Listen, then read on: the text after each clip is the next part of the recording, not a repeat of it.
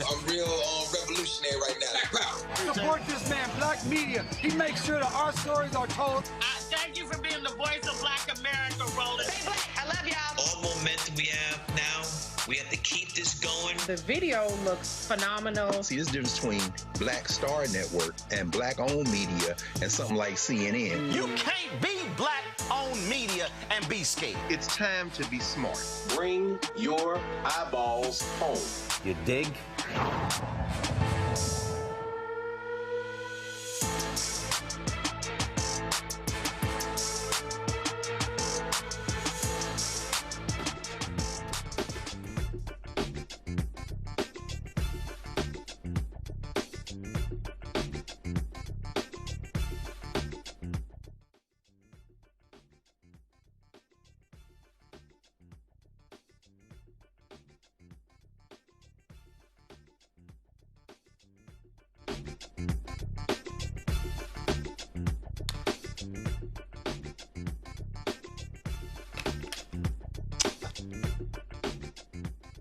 Folks, today is Wednesday, February 4th, 2026. Coming up on Roland Martin Unfiltered, streaming live on the Black Star Network. Fulton County, Georgia wants the FBI to return the roughly 700 boxes of election records seized during last week's raid. I'll talk with Fulton County Commissioner Arrington about this lawsuit. The House will vote on a disapproval resolution to undo D.C.'s tax code, which was set to take effect this month. The D.C. councilman will explain what this could mean for the district's revenue. Treasury Secretary Scott Bessent faced off against Democratic members on the House Financial Services Committee, and let's say he got called out. One member called him a flunky, another told him to shut up, and another challenged him on tariffs. We have it all for you. In Texas, a white MAGA man approached the wrong group of students and assaulted a female student. Guess what? He met team whoop that ass. We have the video. And a Black Virginia man gets arrested as he gets home from work for wearing a mask. Really? Lots to break down, y'all. It is time to bring the funk on Roland Martin Unfiltered. On the Black Star Network, let's go. He's got whatever the piss, he's on it. Whatever it is, he's got the scoop, the fact, the find. And when it breaks, he's right on time and it's rolling. Best believe he's knowing. Putting it down from sports to news to politics. With entertainment just for kicks, he's rolling. It's on go, y'all. It's Roland Martin, rolling with Roland now. He's funky, he's fresh, he's real, the best, you know he's Roland Martin now.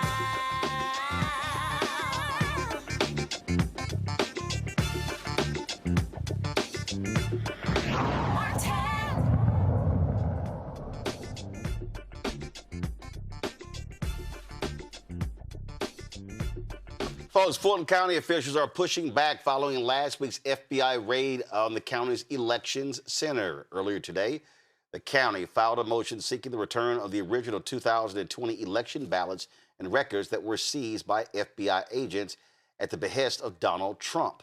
According to Fulton County Commissioner Marvin Arrington Jr., the motion challenges both the legality and the scope of the seizure.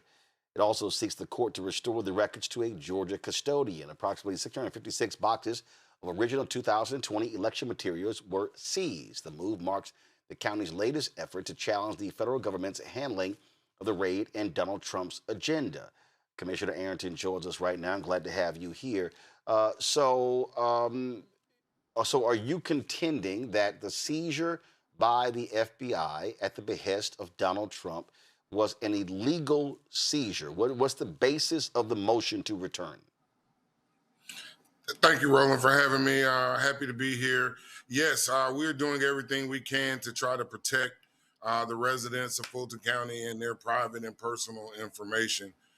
First and foremost, it is a violation of Georgia law for this information to be shared, which is why the Republican Secretary of State, Brad Raffensperger, has refused to release it to the Trump administration. So that is, the first reason. But additionally, Roland, there should have been a forensic inventory done, right? There should have been a transfer. They filed 2 lawsuits for the very same records, right? One in the Federal District Court, Northern District of Georgia. And then they also filed, along with the Republican Party of Georgia, for the same records in a state court case, Superior Court of Fulton County, before the judge there and Judge McBurney. And so Judge McBurney had already indicated that he was going to give them these documents, but they would have been a cost of approximately $450,000 for them to copy the documents, not to take our originals and break the chain of custody. And so, and look, you had a situation here where you had the director of the National Intelligence who was on the scene. We now know from the New York Times that Donald Trump called her and she put him on speakerphone to talk to the FBI agents. I mean, talk about, like, none of that made sense whatsoever to have him involved in this. No, it doesn't make any sense, Roland. And, I think certainly he has some ulterior motives, because the only thing that those ballots that they seized will show is that he lost Fulton County by 240,000 votes. And so it just defies logic that they would file suit for these documents and then do an end around on both of those lawsuits in, federal court and in state court, and circumvent the judge's authorities. So we believe that the documents, should come back to the state of Georgia. There should be a forensic accounting. And frankly, again, this violates Georgia law. And so we even have residents that want to file who believe that they have been aggrieved, right? They don't want their personal information shared. I imagine that there will be others that will be joining or filing similar complaints with the court. What I found to be hilarious is that there were other Republicans who were running. There were other Democrats who were running. There were Republicans who won on the same ballot. So it's amazing how those Republicans aren't calling the election unfair. Well, this is all politics, right? We've got an election coming up in May. Brad Raffensperger, the former Secretary of State, who stood up and told Trump that he could not find the 11,000 votes. He's running to be the next governor on the Republican primary, but him coming out and making that statement now probably doesn't do him any good in that Republican primary, right? But yes, not only that, we've had 25 elections since the 2020 presidential election. And so, if Fulton County is running rampant with corruption and fraud, it would seem the way to prove that would be to prove that over all of those elections, not over the only election that he lost, right? He won the election in 2016 and 2024. So, it's odd that he doesn't want those records as well. It shows that he's only worried about trying to prove that he believes that he didn't, that he won the 2020 presidential election. But Fulton County is 70% Democratic. In 2020, Joe Biden got 73% of the vote, and Donald Trump got 26% of the vote. And so that's not going to change. Fulton County is 70% Democratic, and DeKalb County is 80% Democratic, and that bears out in every election. We played a clip yesterday of Trump in the Oval Office where he was asked about his call for Republicans to take over elections in 15 states, 15 Democratic states. And what did he do? He mentions Fulton County. He mentions Philadelphia. He mentions Detroit. And I keep telling people, in 2020, Donald Trump kept targeting black cities. That's what this is all about. This is a racist attack on black cities where black people are. That's why he keeps singling these areas out. He doesn't bring up a single majority white city. Right. No, it is completely crazy. And, we can see right through it, right? I mean, you called it exactly for what it is. We know what it is. We know why he's doing it. We just were not prepared for them to circumvent the process that they initiated in filing the lawsuits, right? We assumed that they would have gone through that process. The judge would have given them an order. He already indicated that he would grant them access to the records, but there would have been an orderly transition which would have maintained the chain of custody. Frankly, he can't prove that it would have been to his benefit to maintain the chain of custody. If he wanted to argue that something was different or something was wrong, he should have tried to maintain the chain of custody, because now the chain of custody has been broken. Even if the judge orders them to give us all the documents back, we still won't know whether they gave us all the documents back, whether they lost 11,000 ballots or added 11,000 ballots or anything, because now the chain of custody has been broken. And really, it's to sow seeds of distrust, Roland, right? He wants to tear at the sacred trust between the voters and the election process. And the trust between the voters and the election process is fragile. And so he's tearing at the fabric of our democracy. Well, he doesn't care because he's a petulant child. As simple as that. That's just simply what it boils down to. This was filed by Fulton County. Is the state standing with you, the Secretary of State? Because this assault on Fulton County is an assault on the state of Georgia. Is the Secretary of State or Republican leaders in the state, are they standing with Fulton County when it comes to this motion? We have not. I am unaware of any support from the Secretary of State or the state at this time. But you are correct. These are actually state records that we just hold on their behalf. But they have filed a lawsuit against Brad Raffensperger, a federal lawsuit seeking all of the voting records, right? And, you know, we know what we heard it coming out of Minnesota. He would remove ICE if they just gave him all of the voting records, right?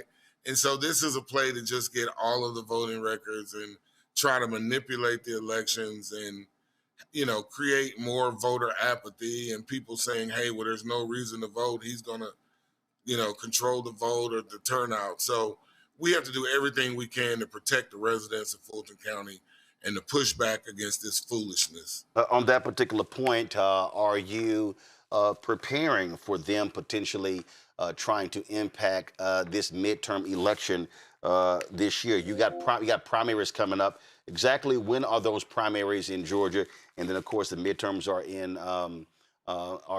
November. And you know, many people are concerned that Donald Trump is going to do all he can to try to rig or steal this election. Yeah, so the primaries are coming up on May 19th. Early voting starts April 27th. So certainly we want everyone to go out and vote. And this is really the time, you know, for everyone to go out and vote and, you know, prove that your vote counts now more than ever, right? So we can shut down these crazy policies and things that we're seeing come from the administration. We just have to do everything we can to push back, stay vigilant, and continue to protect, you know, the residents and constituents of Fulton County, and frankly, the state of Georgia and the entire United States, right? Because, like you said, if they do it here, then, you know, they're going to go to another black city next, right? Somewhere. And so we have to do everything we can. All right, then. Marvin Arrington Jr., we really appreciate it. Thanks a lot.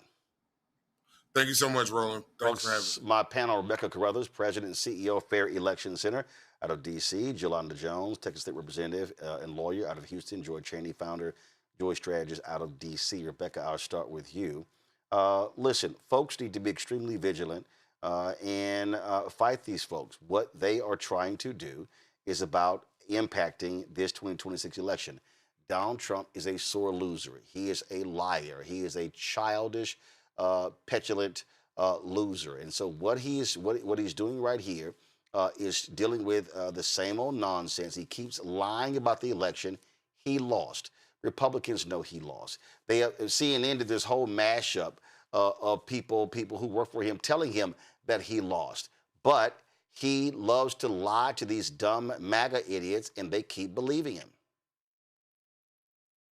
Roland, thank you so much for having me on the show tonight. I want to acknowledge my sorority sisters. It looks like this is an AKA panel tonight, so it should be delightful. Oh, Saying Lord. that, Oh, Lord. Okay. look, we got to represent for the 1908. All right, We let just me got to acknowledge the let me excellence book of the panel let me tonight. book a fourth panel. Let me get a Delta somewhere or Sigma Gamma Rosetta. Go We ahead. support our little Fred. sisters, Roland. Go ahead. Go ahead. You got the best. So here's the thing. This president is weak and he's also afraid.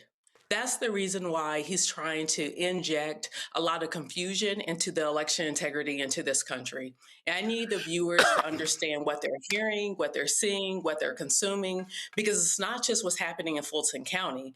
Because one thing that I think is interesting about Fulton County is, I'm hearing that the president is then going to be talking about the voter machines that Georgia is using. I think that could be one of the reasons why Tulsi was there last week in association with that raid. But this isn't happening in a vacuum. Over the last few weeks, we heard the president say, hey, he's going to end vote by mail. We see that the Postal Service has changed its rule on postmarking, and that's going to have impact on states that have a postmark deadline with turning in your vote by mail. It has impacts with whether or not people are using the mail to mail in their voter registration application. We also see states like Ohio that says, hey, we know you like drop boxes, but now it's one drop box per county. So when you think about Cleveland, the county where Cleveland sits only has one drop box. Or we're seeing some states are trying to restrict early in-person voting. And instead of it being a week or 2 weeks, it's now 3 or 4 days. And so what we see is a concentrated effort by this president. He doesn't have the constitutional power to do the things in which he's claiming, but we're seeing that in the Congress, we're seeing Speaker Johnson say, sure, whatever you say, we'll do it. The reason why this is happening is that this president is afraid of losing power, because guess what? He is losing power. Listen, Cankle Ankles himself is doing what he does, Jolanda, and listen, he lies. He makes up stuff. And these fools, they're like, yeah, okay, we'll believe him because he is their little G God. Yeah, he is. And what is terrifying, I don't know if people know it, is that whatever he signs off on, they do. When he first took office, there were some Republicans who tried to stand up to him. It didn't work. He took them out. So they do what he says. And what's problematic is, as the gentleman was saying from Fulton County, literally there is no chain of custody. We can't prove, or I should say Georgia, Fulton County can't prove what he took. And even if the courts ordered him to give it back, what they're giving back is what they took. So there's nothing about the 2020 election that you can actually trust based on that. The thing that concerns me about what Trump has done to the courts, and I think people were sleeping on that, is that he's literally gotten a bunch of federal judges who sign off on everything he does. And when those that are below the Supreme Court rule against him, they appeal it to the Supreme Court, and the Supreme Court rolls with him. So you can't trust what used to be. So it's not just the people in Congress that follow what he says. It's the people who are presiding over these courts that follow what he says. And so what I'm hopeful for is that we will vote like we have never voted before, because I think that is what we must do in order to overcome his hijacking of cities that are predominantly Black, because he knows that we are the most reliable voters for Democrats. But I am afraid that he will, in fact, steal the election.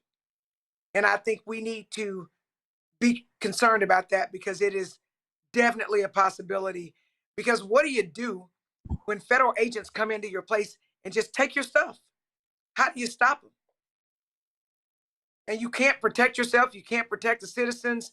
And if I weren't living through this, Roland, as a lawyer of 30 years, I would never believe that this kind of stuff could happen now. With the advancements that I thought we made, we literally don't have them anymore. Joy? Right. I mean, I think that what Donald Trump is also doing is stress testing the bounds of our democracy. He's testing our courts. He's testing Congress. Congress has completely failed, with the exception of a few green shoots, right? He's trying to see how far can he take it. He's trying to see in Minneapolis, Minnesota, he stress tests the community there, and he's gotten significant pushback, and they had a huge win today. It's not enough, but they had a huge win today. He's trying to see how far can I take it? What can I create a new normal for so that it seems less bizarre? So that I think his end goal is to remain in power and to make sure that Republicans it's impossible to vote them out, to scare people, even if he's not ultimately successful here in Georgia, which I don't believe he will be. He has now frightened people. He has now distracted us, frightened people, frightened election officials, creating a new normal such that when we go back, even if it's worse than it was before, it feels better than what it could be. And so America is going to have Democrats and those Republicans who believe in our democracy. We're going to have to look to see what other countries have done, what we have advised other countries when we were trying to secure elections in other places, on how you fight back on a rogue, illegal, authoritarian regime that is determined to stay in power. That's also what's happening with the military. Excuse me, not with the military, but with the ICE officials, DHS officials that are on the ground. I believe that's why Tulsi Gabbard is there. They want to make this, to see what they can trigger to make this a national security issue so that Donald Trump can find some way to either delay or block upcoming elections. I do believe that's the end goal. And we can't worry about being alarmist. We have to tell the truth about what the worst could be, because frankly, that is what he has been doing. At this point, he has shown us who he is. We must believe him. All right, folks, going to a break. We come back, more to talk about, including Washington, D.C.'s tax code, Republicans in Congress meddling in their business again. Lots to break down. You're watching Roland Martin Unfiltered on the Black Star Network.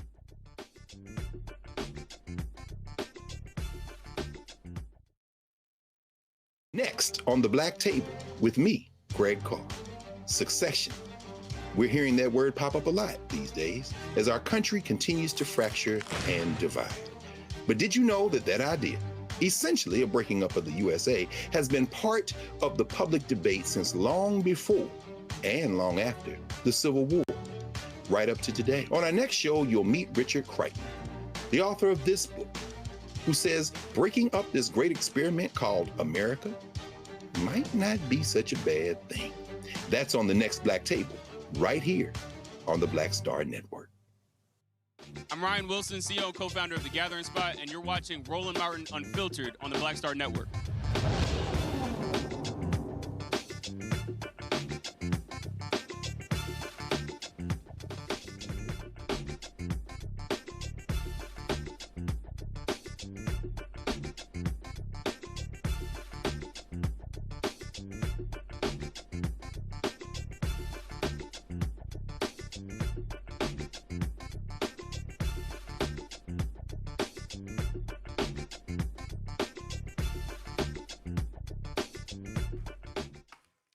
Folks, Congress is considering a resolution that could overturn Washington, D.C.'s new tax code, which was set to take effect this month. In December, the district enacted emergency legislation to separate its local taxes from the federal tax code. This decision was intended to help balance the budget ahead of anticipated changes under Trump's One Big Beautiful Bill Act. Now, this process of decoupling allows D.C. to modify its tax code if federal changes lead to unexpected reductions in local revenue. Joining us now is at-large Councilmember Robert White to explain. All right, Councilmember, so explain to people, what does this mean? Is this what the council did, is it a good thing? And then what Congress trying to do, is it a bad thing?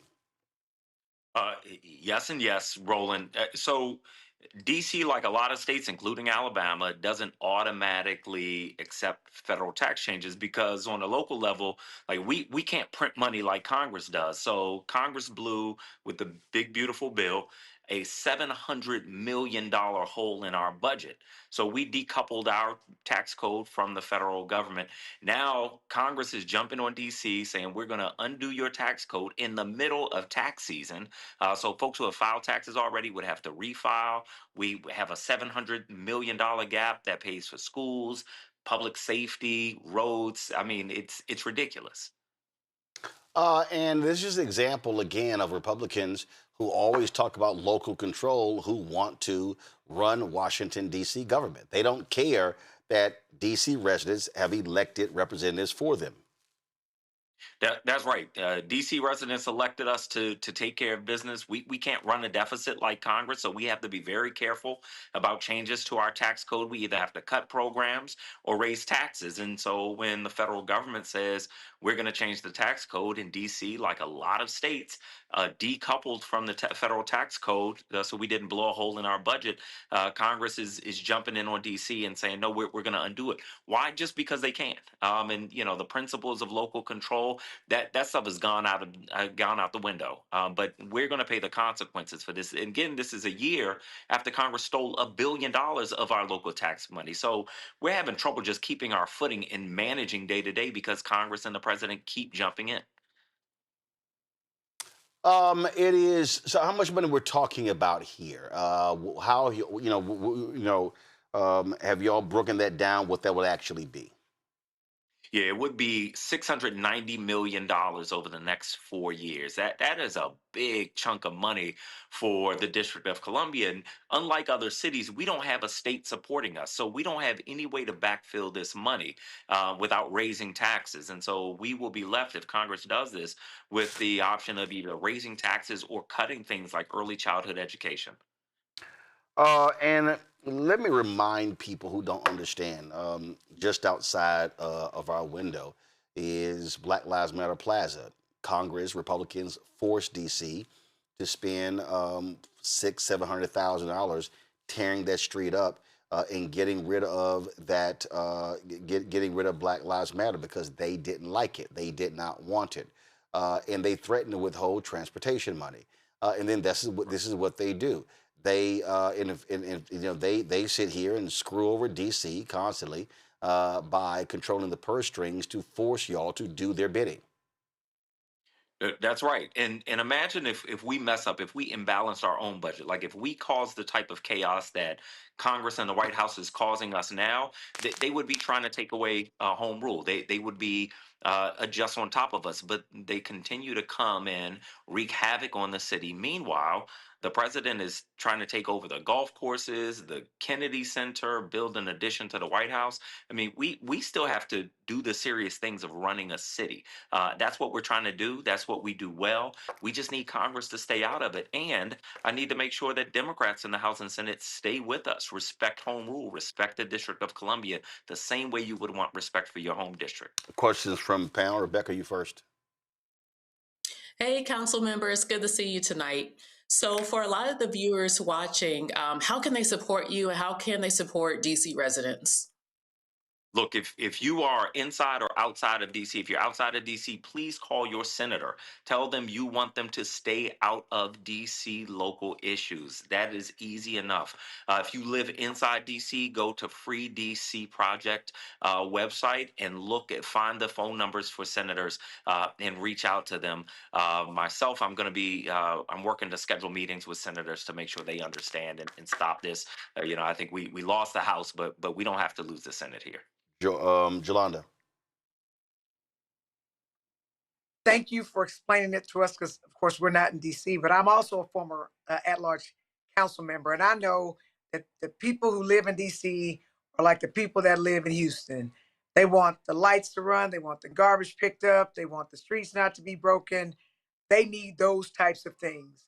And I'm not surprised to hear what they're doing to you guys, because even here in Houston, the state makes special rules for Houston because it's got a whole bunch of Black people. And so I feel very badly for what you're going through. I hope that when people contact the senators, that is not on deaf ears and that they actually listen. But I think it's definitely a problem. And I really believe that they want for cities that have Black leadership to fail. And they want the residents of those cities to be angry and blame it on the people that they elected so that they can get the people that they want in, which is not us, to control. So they're going to try to get you one way or the other. And the truth is, I'm not surprised because Trump is a gangster. He's a criminal. And basically what DC is doing to you, I'm sorry, what Congress and what the president is trying to do to you guys is like political extortion. You better do what we say. Otherwise, we're going to take over. And I just think it's wrong. Yeah, Joy, I appreciate that. It is wrong, and you all have felt our pain. I mean, you all went without a member of Congress for some time. That's how we feel every day. But you get it when you're in charge of running a city, you have to make things work. It's not like being in Congress. We have to, keep the buses running. We have to keep the streets paved. We have to keep balanced budgets, and that's what people elect us to do. Joy, keep the trash picked up. I'm not going to ask about Congresswoman Eleanor Holmes Norton, because I know that, what's going on there. That said, often the Maryland and Virginia House and Senate members will assist DC. What are they doing to support your efforts and depiction and the lobbying effort around this issue? That's a great question. In the House, we've been lucky. Congressman Raskin, Congressman Glenn Ivey from Maryland, new fellow from Northern Virginia, Congressman Walkinshaw. They have been steadfast advocates for the District of Columbia as we have been in this gauntlet for the past 2 years. And so we've relied on them heavily. They've shown up. They've had our back. Many other members have as well. But we've got to keep the fight going because we rely on our neighbors in Maryland and Virginia who have senators and voting members of Congress to have our back when things like this happen. Can I ask a follow-up? Yeah, go ahead. Why is it so important for DC to have a representative who can fight for them? Just underscore it again for everyone in the back. I appreciate it. For the folks in the back, two things I want you to know. One, DC's delegate is the quarterback for our federal strategy. So when things like this happen, when they're trying to wreak havoc, we need our delegate fighting. It is the only elected member of Congress, House and Senate, with no vote, and they still have got to protect DC. But also, remember this. If DC were a state, when DC becomes a state, there will be 2 Democratic senators. That will shift the balance of power. So as we're looking at these redistricting fights across the nation, we have to remember that DC statehood should be at the top of that agenda because that's how we protect the nation. That's how we protect the power of Congress and be a check on the president. All right, Councilman White, we certainly appreciate it. Thanks a lot for joining us. Thanks, Roland. All right, folks, going to a break. When we come back, ooh, man, things got a little funky at the House Financial Services Committee, and the black folks were all upside Scott Bessent's head. We got a video for you, y'all, of this MAGA fool in Texas going after some students. Let's just say Team Whip That Ass showed up and showed out. Got that video for you as well. So lots to talk about. Don't forget, support the work that we do. Join our Bring the Funk fan club. Your dollars make it possible to do the work that we do. Goals get 20,000 of our fans contributing on average $50 each a year. That's $4.19 a month, 13 cents a day. And then that funds all of the shows. This show, the Breakdown, Brittany Noble. It funds Second Opinion with Dr. Ebony Jade Hilton, Greg Carr's show, Reverend Dr. Jackie Hood Martin show, Other Side of Change, our book club, everything that we do, our live broadcast. And so, folks, what we're doing here, nobody else is doing. Nobody else is giving you this sort of stuff. When you look at the live streams that we do, rallies and events taking place every day, no other black-owned media company is doing what we're doing. So it's critically important to have a black-owned news and information network, and that's exactly who we are and where we stand. So your support matters. If you want to use Cash App, use the Stripe QR code. You see it right here on the screen. And, of course, you can use that for credit cards as well. Checks and money order. Make it payable to Roland Martin Unfiltered. P.O. Box 57196, Washington, D.C. 20037-0196. PayPal's R. Martin Unfiltered. Venmo's RM Unfiltered. Zelle. Roland at RolandSMartin.com. Roland at RolandMartinUnfiltered.com. We'll be right back. On a balanced life with me, Dr. Jackie, a relationship that we have to have. We're often afraid of it and don't like to talk about it. That's right, we're talking about our relationship with money. And here's the thing, our relationship with money oftentimes determines whether we have it or not. Balancing your relationship with your pocketbook, that's next on A Balanced Life with me, Dr. Jackie, here at Black Star Network. My name is Bill Duke, and you're watching Roland Martin Unfiltered.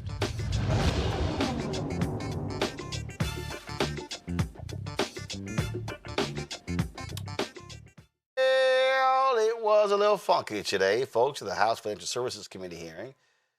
Treasury Secretary Scott Bessent appeared before the House Financial Services Committee to deliver the annual Financial Stability Oversight Council report and answer questions about the state of the U.S. economy. Well, guess what? Democratic members were all over his ass. And man, it was rough. California Councilwoman Maxine Waters, Massachusetts' Ayanna Pressley, Ohio's Joyce Beatty, New York's Gregory Meeks, my alpha brother. When given the floor, Meeks sought clarity on the twice impeached, criminally convicted felon-in-chief Donald the Con Trump's crypto dealings, their connections to the Middle East. Enjoy. Businesses and drive their own. Secretary.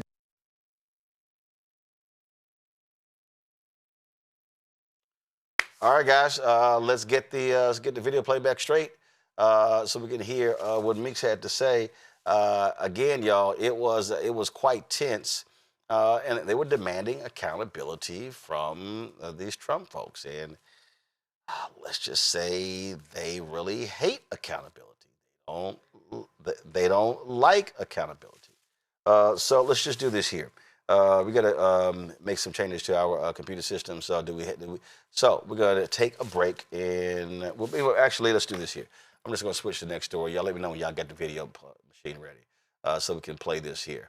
Folks, Operation Metro Surge appears to be nearing its end as Donald Trump's administration is pulling back on federal law enforcement in Minnesota. On Wednesday, Border Czar Tom Homan announced that the federal government is withdrawing some 700 federal law enforcement agents from the state effective immediately. 150 agents are normally assigned to immigration enforcement in the state, but the move leaves roughly 2,000 agents in Minnesota. Homan claimed the reduction follows what he calls significant progress in cooperation between state and federal officials, including more county jails coordinating the transfer of immigration targets to federal custody. Here's the reality here, Jolanda, they got no choice because they've been getting their asses kicked in public opinion polls. Well, yeah, that's true, Roland, but I'm concerned if what they say is true, that local law enforcement is allowing them they're working with them. That's bothersome to me. That's when they have access to people and they can deport them or detain them. So that's problematic. But absolutely, after they kill the two people that were not black, white folks mad at them now. And so, of course, they're concerned about white folks being angry at them. And also, if they only took out 700 people, they still got 700 agents. They've still got 2,000 there. So does that overwhelm the Milwaukee Police Department? I don't know. But I know they had to do something to at least appear like they were listening. But I still think that they're there with their hands in the cookie jar, for lack of a better word. And I'm not convinced that the people in Minneapolis are safe. I'm just not. Joy. Most certainly not safe. My story is absolutely correct. And when I talked earlier about changing norms, having 2,000 agents there is still crazy, out of the norm. But we're celebrating the 700, but it's still too many. They're still going to be engaging in skirmishes. What they are looking for is a quieting down of things during this 2-week period where Congress is negotiating what their funding is going to be going forward. They shouldn't be getting any funding because they actually don't need it, and they certainly haven't earned it. This is a failed agency and should be completely reimagined. That's or demolished, whatever you choose. But what they're trying to do is to satiate the things just for a few weeks, thinking that protesters will go back home, thinking that tempers will cool, but we cannot let it happen. We know that this is just a temporary measure, that they'll be right back doing the same things, whether they may not want to kill white people anymore because they know that's, where there's a line, but they'll be right back to harassing Black people and mostly brown people in these areas. And we cannot allow that. And we have to challenge our white friends and family members and neighbors that we need their energy to remain steadfast and ratchet it up, even when it doesn't look as hot as it has looked over the last month. Rebecca. Roland, that 700 number is misleading because it sounded like you said that 2,000 ICE agents will remain in the state.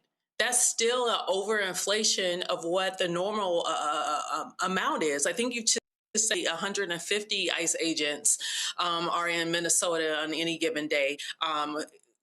In before times. So still to have almost 15 times what's normal, that's still a lot. So, to Joy's point, this is probably much ado about nothing. They're trying to perform and do performative things in hopes that the continuing resolution in a couple weeks gets passed and that the government doesn't have a threat of being shut down again. Like this is a bunch of nothing because there's still too many ICE agents in Minnesota. Well, there are ICE agents in Minnesota, and look, Tom Homan's job is to, frankly, bring down the heat, bring down the energy, and that's what this is all about. All right, folks, going to go to a break. I'll be right back on Roland Martin Unfiltered on the Black Star Network.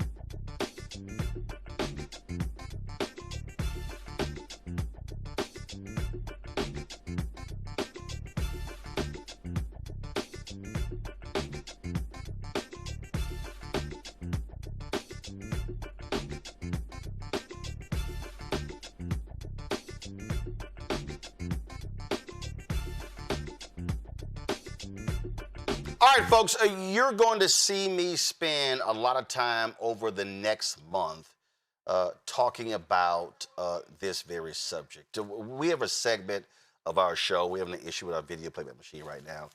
We would normally play the stinger. It's called Where's Our Money? Where's Our Money?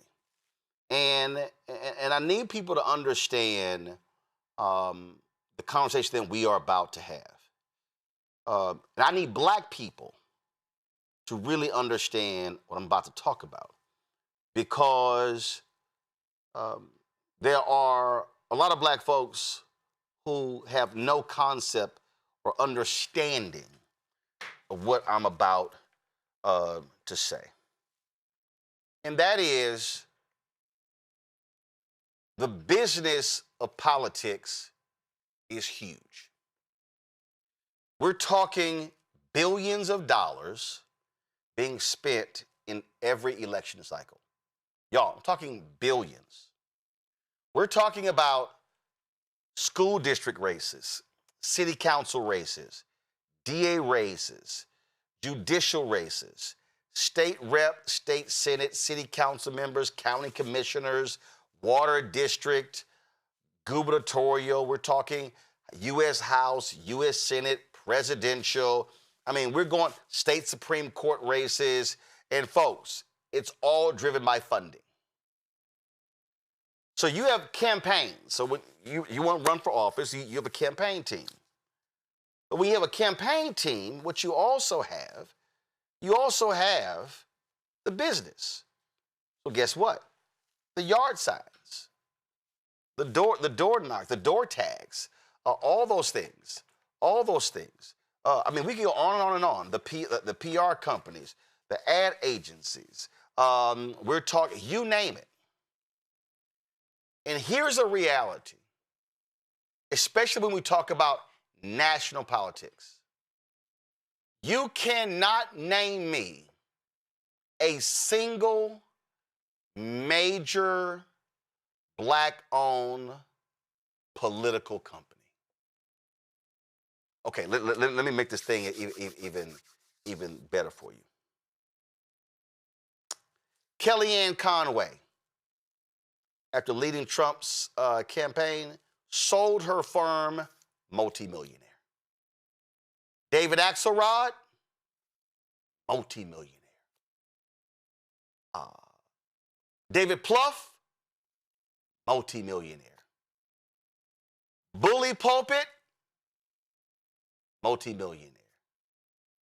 There were companies that worked on the 2020 presidential campaign who left a firm, went and started their own firm in 2023, and boom, were sent $60, $80, $100 million in billings to handle.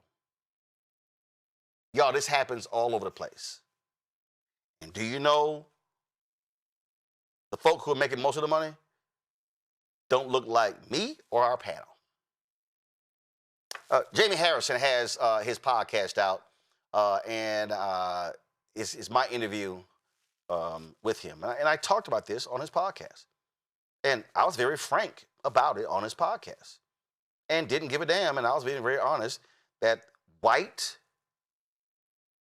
Democratic strategists are making bank, buying second homes, buying yachts, living the high life, even when it's involving black candidates. And the black companies are treated very much like the black voters, as political sharecroppers. I saw this tweet today, and Taylor Coleman, a young woman out of Texas, and remember she got in a van and she traveled all around and trying to help people campaign. This is what she posted on. She said, "A white consultant once told me our audience isn't exactly watching BET when I asked about black ad spending right before we lost a winnable North Carolina congressional district with a 20% black population. Wake up." This Stephen Smith said, "A lot of non-black consultants and strategists do not like the fact our party base is black. They find it inconvenient at best. And so what's happening right now is a lot of politicos are using the Tellerico, all red Crockett spat to push a perspective they already believe." If you go look at the conversation I had with Chuck Rocha, who's from Texas, we talked about this here. We talked about the money game. Do y'all understand that we are less than a month away from the Texas primary, Tellerico and Crockett?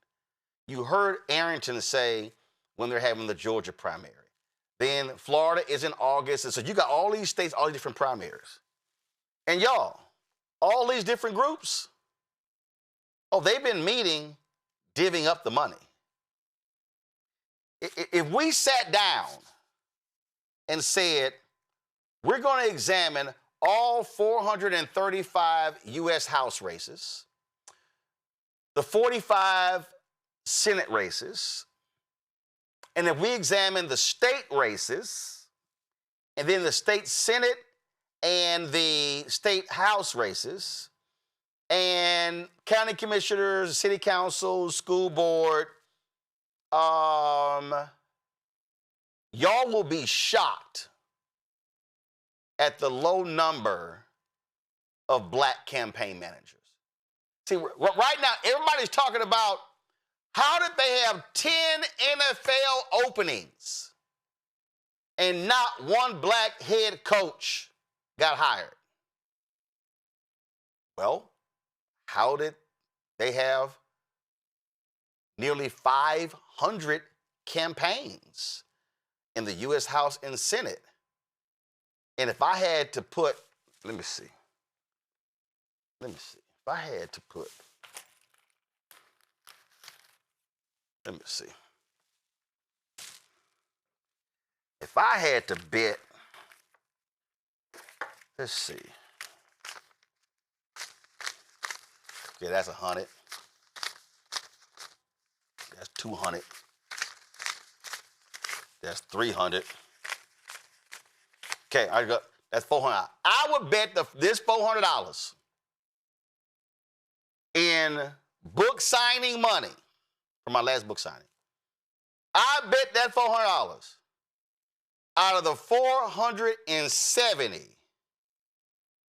House and Senate campaigns. I bet that times 10 that you don't have 10 black campaign managers.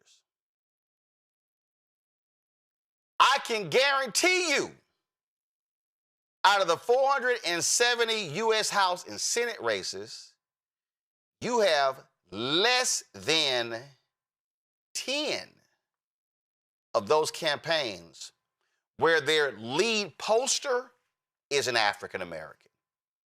No. Not we got a black poster who's basically a subcontractor. No, I mean the chief poster.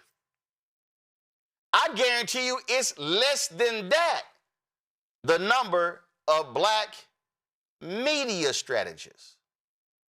You see, y'all got to understand the campaign game, the political game. The political game, the money to make is not putting the money in a ground game. No, they make their money on the TV buys. They negotiate deals to say, okay, our firm will receive anywhere from 10 to 18% of the amount of money you spend on television. So if you spend $100 million on TV ads, and if they're getting 15%, the campaign is that firm is getting that 15 mil. They get that. That's what they're making. That's why they want to put the money in TV and radio. That's how they get paid. See, there is a business of politics. And see, the same white strategists move to the next campaign whether the candidate wins or loses. So the Democrats and the Republicans, they have the DSCC, Democratic Senate Congressional Committee, and the DCCC, they got an approved list of vendors. These are the list of strategists, communications people, campaign people. These are the vendors. They're not black.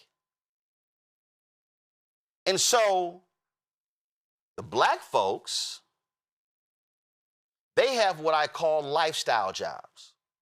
See, some of y'all about to really, let me explain what a lifestyle job is. That means they're going to pay you 60, 70, 80,000. You might get 100. You might get 150. He or she going to make 3, 4, 5 million. So you're trying to get a campaign job. They're giving campaign contracts. And so when we're trying to fight this stuff, I have to deal with Simple Simon Negroes. What you trying to do? You trying to sit here and get that Democratic money? So does NBC, CBS, ABC, so does Fox, so does the New York Times, the Washington Post, Wall Street Journal, USA Today, Los Angeles Times, Charlotte Observer, Houston Chronicle, Dallas Morning News, Chicago Tribune, Chicago Sun-Times, Boston Globe, Louisville Courier-Journal, Miami Herald, and on and on and on. Every media company is trying to do that. But see, you get black people who then will say to black-owned media, you should not be doing that. And see, I'm explaining how the campaigns work. See, they want black people, I say political sharecroppers, they want black people to do the work for free. So, and I'll tell you, somebody called me last month. Hey, And well-meaning brother, hey, I got some candidates I would love to get on your show. Okay. Are those candidates spending any advertising money? See, I'm going to tell the campaign the same thing I tell these streaming services. If you believe that my audience is valuable enough to talk to vote, or to watch your shows, how is my same audience not valuable enough for you to run ads to appeal to them? See, the point is not, oh, this quid pro quo. No. They automatically are going to spend with white media. But they ain't going to do it black media. And so they're going to give black media a crumb and see thirsty, hungry, starving Negroes. Oh, my God, boss, this is an amazing meal. This is me. That's a crumb. I can't eat that. That's a crumb. So what you want me to do with a crumb? Hell, I can't even lick my fingers eating a crumb. It ain't enough. So people then go, well, why can't we have black media covering this, covering this? That costs money. But how are we going to send the staff? How are we going to buy the equipment? Where do you think the money comes from? In media, the money comes from advertising. So here we are in a political year. And I'm telling y'all right now, it's going to happen. The Senate Majority PAC, that's Chuck Schumer's PAC, trying to elect those United States senators. Who are they spending money with? In Sherrod Brown race in Ohio, the Texas race, Ossoff's race in Georgia, Cooper's race in North Carolina, the race in Alaska, the race in Maine. See, I can go on and on and on. And what I'm trying to get us to understand, black people, that when you all of a sudden are able to build up black political firms, and they can then have outcomes where candidates win, they hire people, and they hire more people, and then they get larger. It doesn't mean that a black-owned firm can only talk to the black people. If you are a pollster who is black, you can poll non-black people. If you are a media buyer, you can buy in media that's not just black-owned media. You can buy any kind of media. But what we as black people have to understand is we have got to stop. This applies to entertainment. It applies to sports. It applies to politics. I need black people to learn to stop being the show and also be the business. Remember that scene from Get On Up? When the white record label guy stands up and he starts dancing, and Chadwick playing James Brown goes, "Mr. So-and-so, what you doing?" And he said he was doing whatever that. He said, "That ain't what that is." He went, "Precisely, James." He says, "You're the show and I'm the business." Now, James Brown was offended by that. Hell, I was too. But that is the reality of how black people have historically been treated when it comes to entertainment, sports, politics, and everything else. We are the show. We're the ones who get on the stage and do the dancing and do the singing and do the playing and do all of that, and they are the business. And so while we're the show, they are over there handing out contracts, hooking up friends, stuff along those lines, becoming multimillionaires. And when you are done singing, dancing, acting, and playing and politicking, then you ain't got nothing left. But they've become multimillionaires. So when we have more of these conversations, I'm going to need y'all to then follow up, because you're going to need to be commenting and liking and posting and sharing. Because what they have to understand is you can't reach the black electorate in 2026 the same way you did in 2016, in 2006, in 1996, in 86, in 76, and 66. You can't. This point right here, this white consultant, our audience isn't exactly watching BET. Yeah, I can tell y'all right now, the Harris campaign, they dropped $22 million. Out of all that money they raised, $22 million was spent on black-owned media. BET got $9 million. Now the question is, how much did black podcasts get? How much did black-owned podcasts? So what I need our people to understand is that we can't just say we want to see a black agenda. We want to see black candidates. We need to be saying, no. We want to see a 360-degree view of this where we want to see black folks at the table. And then we got to also tell the campaigns, oh, don't go hire a magical Negro who then only feeds the folk that he or she knows. No. It's the whole game. Because again, y'all, they make signs, they print stuff, they do radio spots, they do TV spots.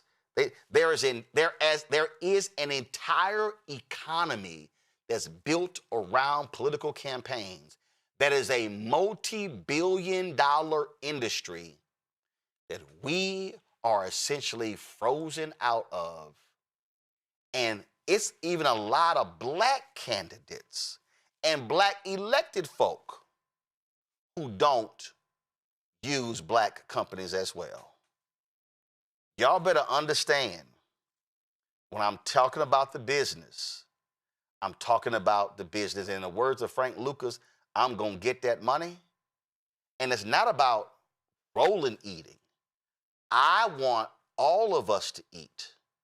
I wasn't fighting with the Biden-Harris campaign and the DCCC and the DSCC and DJ and all of them only for me to eat. I was saying, no, we have to eat because one black-owned media company can't eat it all. Just like hell, Disney can't eat it all. Comcast can't eat it all. Fox can't eat it all. So what makes one black company think they can eat it all? But I'm telling y'all, you don't even realize it. This is multiple billions are going to be spent in 2026. And what we can't do, and it always happens, an article comes out in the second week of October, some black folks complain about lack of money being spent towards African Americans. That decision was made, boom, in January, February, and March. This is the moment to start checking folk and not wait until later in the year. All through my panelists, they know exactly what the hell I'm talking about. They real for me what I'm talking about. Jelana, I'm going to start with you. Thank you for starting with me, Roland. Because as you were talking, I was like, I know what's going on because I'm an elected official. And here's what I know. When I buy radio, somebody gets a cut and it ain't me. When I buy TV, which I couldn't afford, somebody gets a cut and it's not me. And you're right. There are yard signs. There are, like you said, T-shirts. There are people who literally, they only make money during the election season. So you can hire people. That's important. But I think what black companies and black people need to do on the real is we need to start checking these white people who interlope into our neighborhood. I mean, there's a whole racket in black churches where they bring good white people to the black churches and say, black people, you can vote for these white people. But the white political consultants don't bring black people into white churches. So we vote for them and we vote for them and they ain't voting for us. And I have literally been talking to black pastors saying, why are you letting white people come to our churches when they're not letting us come into their churches? Because I believe we need to do to them what they do to us, right? I don't want to turn the other cheek. I don't want to do any of that stuff. Like even here in Harris County, we got white Democrats suing to remove black women off the judicial ballot for civil courts. And what I believe is our black churches shouldn't allow those white people into their churches. They just should not. And unless and until we hold white Democrats' feet to the fire, they're going to continue to pimp us because that's exactly what they're doing. We're literally the prostitutes as a people in politics. When we really, because Black people control the Democratic vote, we could really run stuff if we recognize our power, but we don't recognize our power. And when you see a political story in the newspaper, Roland, you know they're not going to just print no story from no political person. But no, you got to pay for advertising. So if we'll advertise in the Chronicle, why won't we advertise with African American news and issues?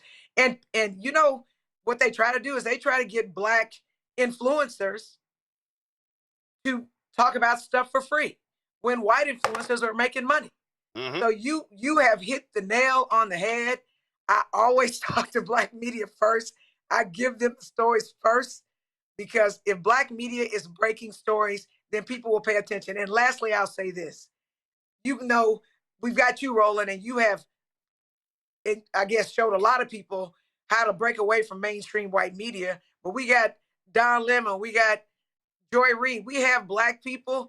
So Black folks ain't getting their information anymore from white media.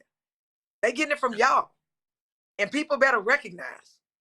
So thank you for taking this ball and running with it and showing people that you can leave MSNBC and you can leave CNN and you can have a Black media company and people literally pay you for you to stay on.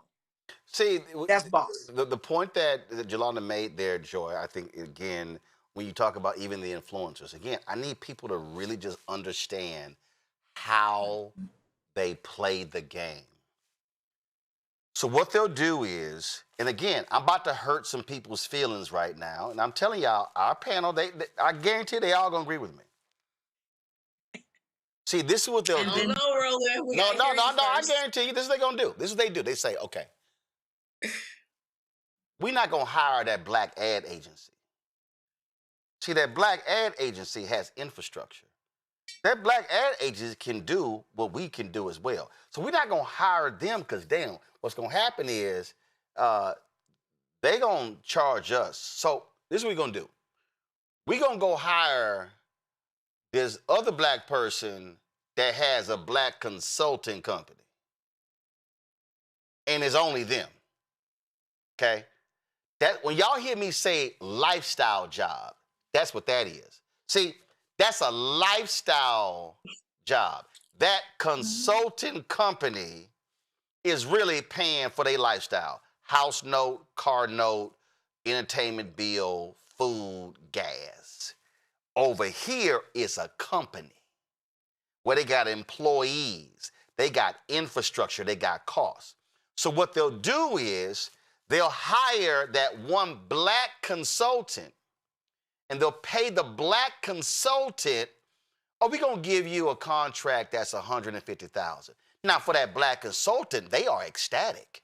They are happy because, oh, my God, I got me a $150,000 contract.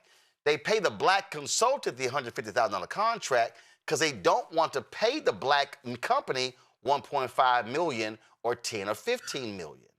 And so then we go, oh, well, no, we've got so-and-so Inc. And you go, y'all have one Black consultant. They ain't got no company. And so then it repeats itself. And it repeats itself.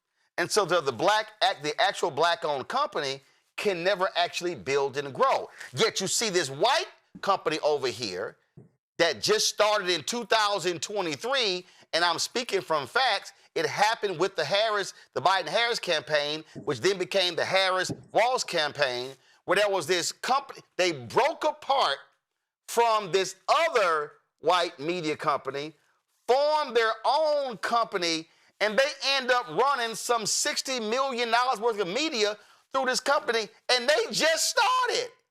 Yet some Black companies been around for 20, 25 years, couldn't get their foot in the door.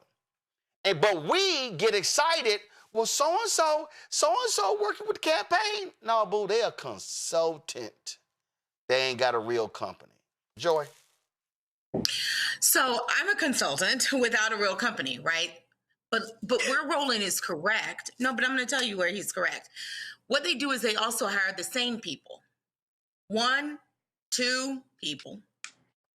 They'll look like, they'll be Black and they'll be in these roles, and they don't give them, sometimes they are part of a bigger firm. Sometimes they're out on their own. They don't give them enough such that they can build, a company off of that. It's fine if you want to have that and build it. But they will give that to the white consultant. What I'll also say is that white consultants are good about coming together. But because we are just not given quite enough, we're lifestyle paid, we don't necessarily have the resources to come together, because coming together can also be costly. So there are all sorts of systemic barriers, but it's like, I posted this on my Facebook page. Many white Americans are fighting against Donald Trump and MAGA, and we're glad to see them. Y'all are late, but we're glad to see you. But what Black people are doing, we're not just fighting against Donald Trump and MAGA. We are fighting against the constellation of racism, and in the case of Black women, misogyny that has existed within structures, both Republican and Democratic. America itself. That's our so-called friends. That's our so-called colleagues. That's the people we work for, the people we work with, who are happy to engage in systems that keep us subservient and second class. We're no longer accepting your crumbs, and we might accept them, but we're going to at least call them crumbs. And we acknowledge what's happening and what's going on. And that's what I love to see, us turning to Black media. Roland, I have people, stupid people, okay? Y'all are stupid. I think you're stupid. Who say to me, well, why do you go on Roland? And I'm like, why wouldn't I go on Roland? They're happy to see me go on other, stations I won't name. But they don't want, they're shocked that I would go on a Black station, because they are ignorant enough to believe that nobody's watching us. They are ignorant enough to believe that our ice isn't as cold. They are stuck, and we have got to fight against that, whether it's within our community, outside. That's what keeps us depressed. I went to a white consultant's house the other night. Won't give too many details because I'm not trying to call them out. I am. For them for making money. But I'm not. I'm doing it lovingly, and I'm saying I went to a party, a fundraiser at this house of Democratic insider strategists. There were 4 Black people there, 1 Asian American, maybe 2 Latinos, in a house of nearly 100. Yep. Democrats, progressives. And nobody was looking around and thinking, how can this possibly be? And the house I was in was gorgeous. And we are peers. But me and my husband don't have that kind of house, and I'm glad. No. I'm sorry. This is no disrespect. You've got to acknowledge there's inequity there. This is and no nobody disrespect. acknowledges it if we never say it. This is no disrespect to you. Y'all not peers. Right. Well, yeah. No. Here's why I'm telling you. Here's why I'm saying that. Because to your point, I'm about to go to Rebecca. I got invited when I was at TV One. The person who does our political advertising for Radio One. So they had this big meeting in DC, big reception. And it was the media buyers and the planners in politics. It was at least 400 or 500 people. Jam-packed. 2 Black people there. I was one of the 2. Mm-hmm. And I'm sitting here like, ain't this something? Angry. And see, I'm telling you, if y'all think I'm lying, this is an article that was in realsludge.com, dated November 13th, 2024. The Democratic consultants getting rich off the Harris campaign. And see, let me be real clear. The real reason why, and I get why Ken Martin did it, because all the stories would have been, what went wrong in the campaign. But the real reason why that report didn't come out, because it would have had to call out the Democratic consultant class for their massive failures. So when you look at this article, and you go through here, and you look up the spending, look at this. The Harris campaign's largest vendor was the creatively named Media Buying and Analytics LLC, which is go to my iPad, come on. The Harris campaign's largest vendor was the creatively named Media Buying and Analytics LLC, a front company for the Canal Partners media firm. Y'all, Media Buying and Analytics LLC lists an Atlanta UPS store on its invoices that can be accessed through the FCC. It is registered in the state of Georgia by what appears to be a law firm based out of a suburban office plaza. However, some FCC filings show the firms are linked, and Canal Partners Media's president confirmed the tie to Business Insider in 2020. Now, I'm about to mess y'all up. Founded in May of 2019, that means they were only 5 years old.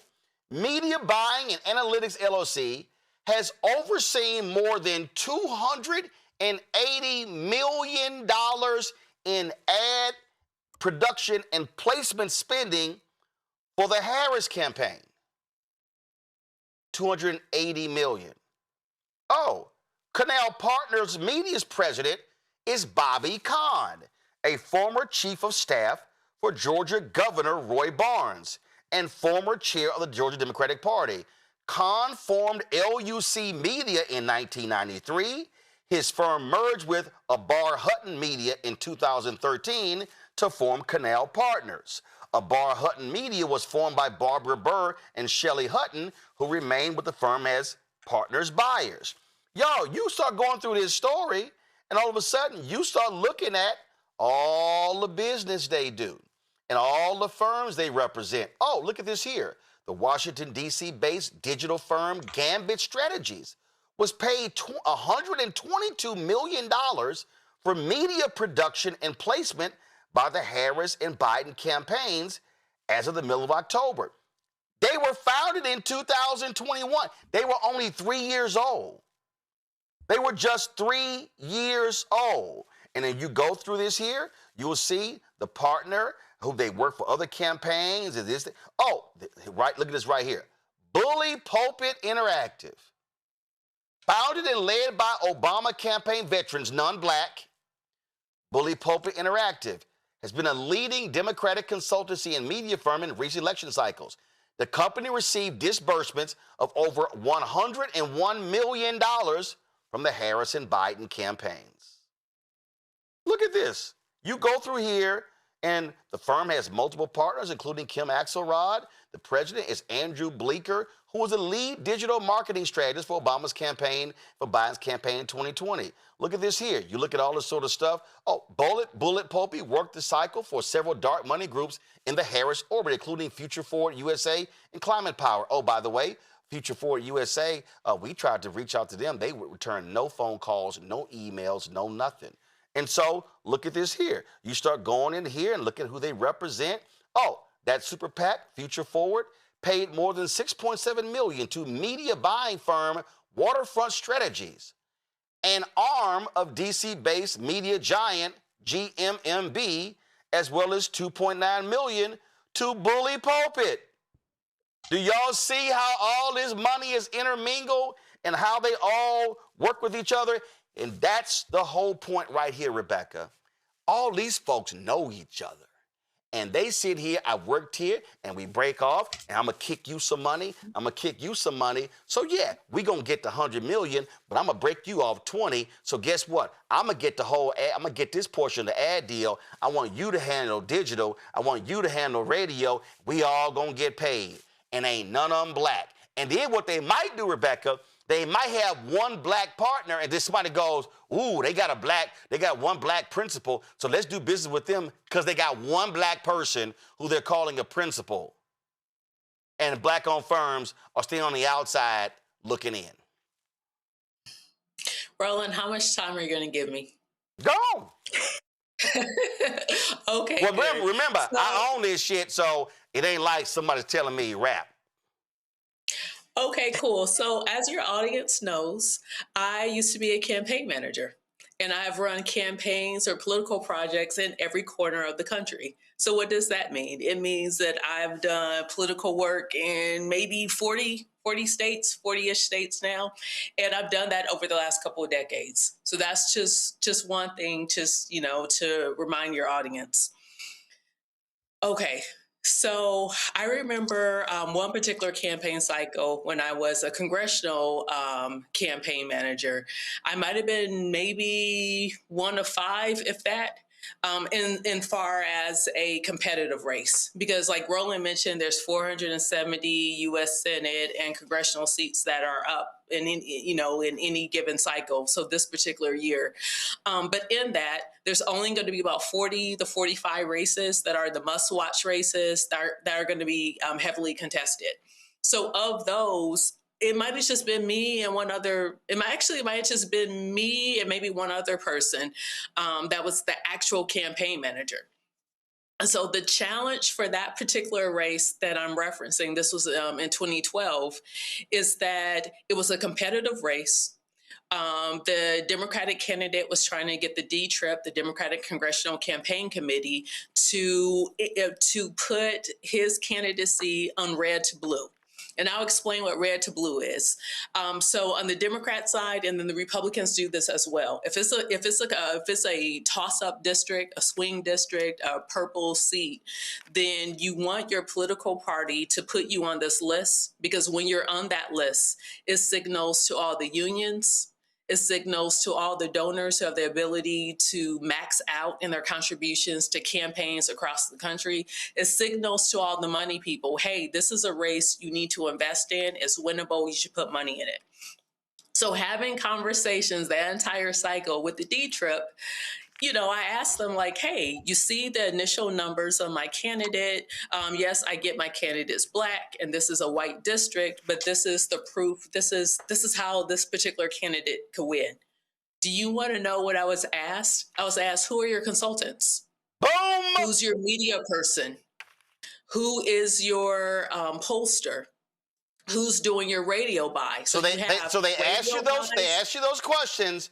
So yes, if you did not, before we even got to the endorsement. So if you did not mention the names that they already know, no, we ain't giving you no money. Go ahead. Well, Roland, I didn't even get through the list of all the consultants on the competitive congressional. So you have TV. So this is 2012, and I'll tell you what it's like now in 2026. You have TV, you have radio, you have the people who do your mailers. If you are a super competitive race, you might, instead of having a traditional field team, you'll have a field consultant who's then guiding who you're hiring on the ground. And then you have a pollster. If you're super well funded, you might have debate coaches and you might have stylists. You have also, depending on how well funded your campaign is, you could have at least 10 different consulting firms. So I'm not talking about 10 different consultants. I'm talking about 10 different consultant firms. And so I remember, so there's that race. I'm going to fast forward to a 2014 governor race where I was the deputy campaign manager.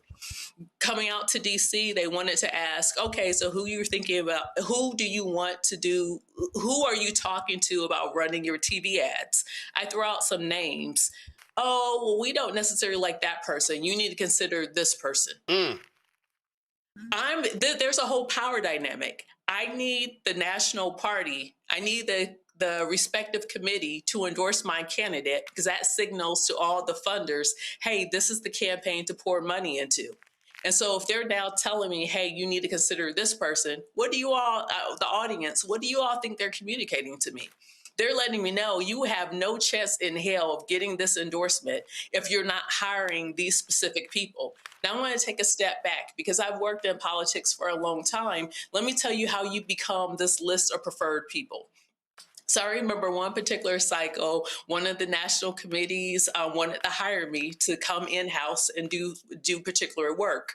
What happens once you work inside the committee?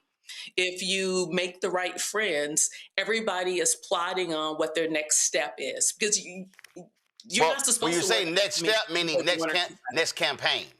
But go ahead. Next campaign, or actually what your business is. Yes. Okay, so if you are running the IE desk, so the independent expenditures, those are the ads that you run independent of that official campaign. It's when the party steps in and they run a bunch of ads to support your candidacy and to attack your opponent.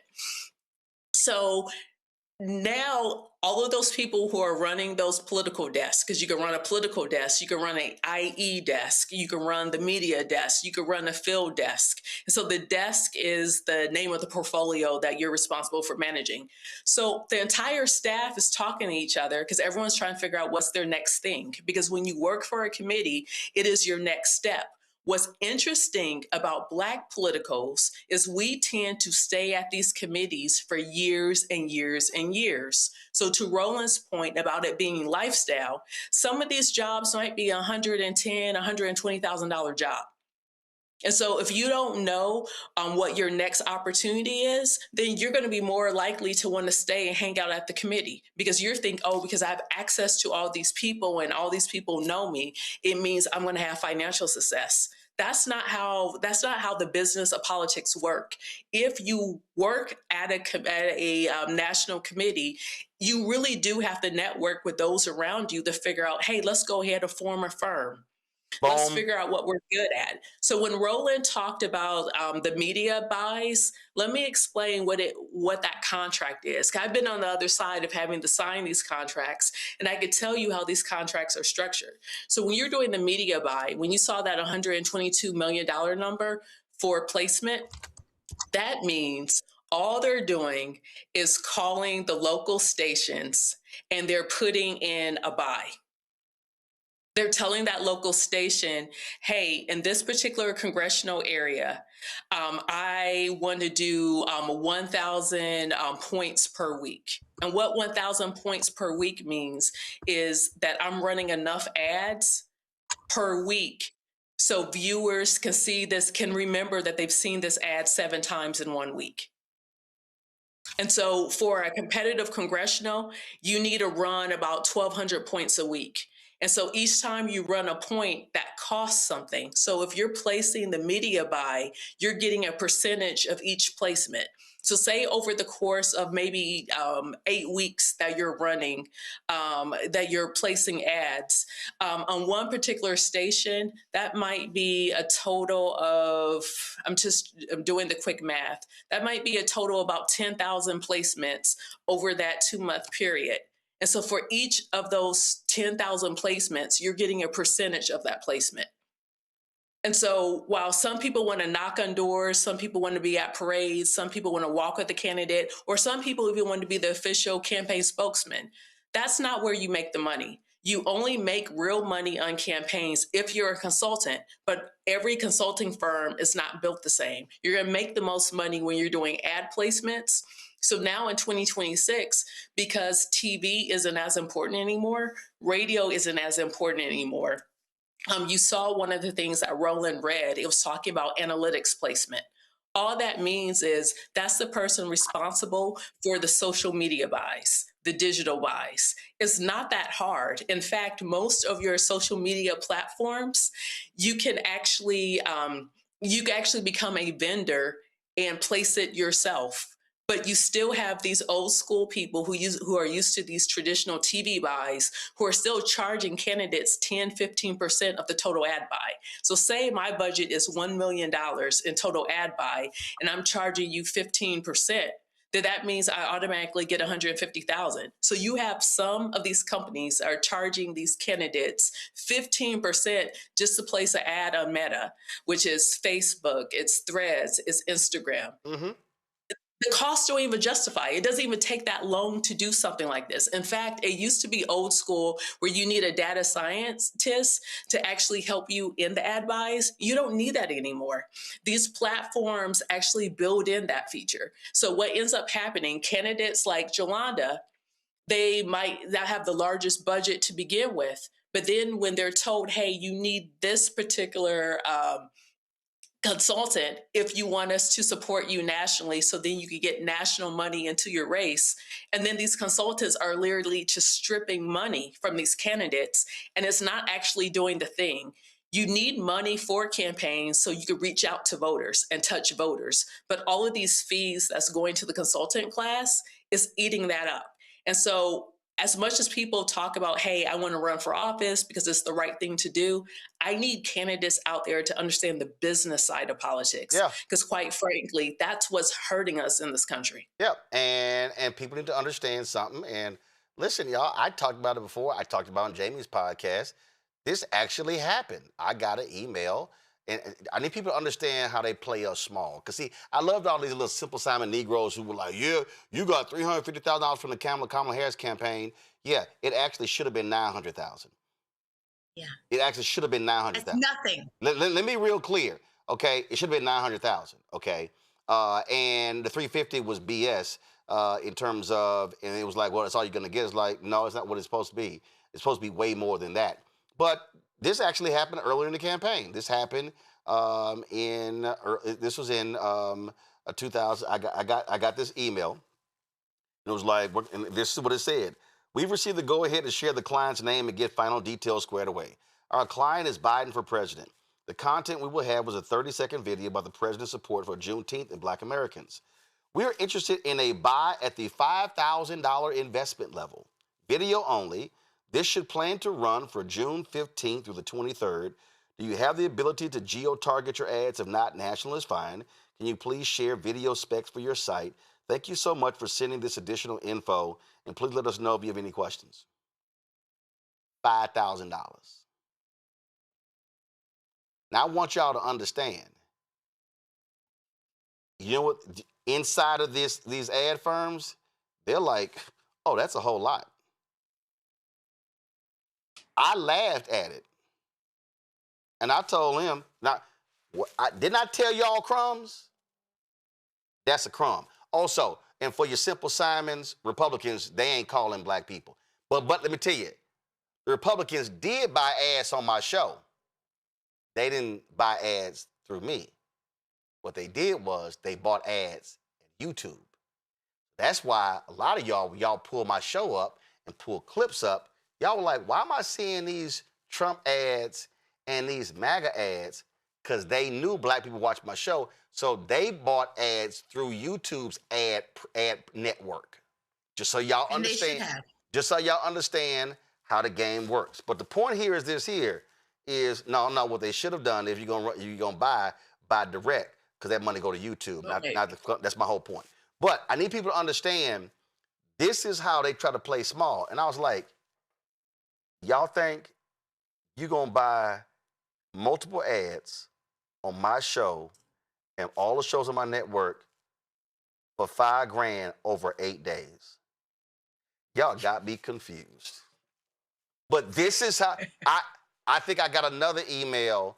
They wanted to do like $20,000 for like a 32-day ad buy. I was like, that's a local radio station. That's like one small, like in a maybe a small to medium sized market. That's a radio station. Yeah, right? Some podcast. Like, that's not even. But again, I need to. And it was crazy, Roland, that they literally put an exclamation point as if you should be excited. I'm trying to tell you. It's a national campaign. Oh, I got other emails that they sent, other ad buy, and I was like, y'all damn mind. So I need the people to understand who are watching. This is a perfect example of what black-owned media deals with, because they do not have, they want the black vote.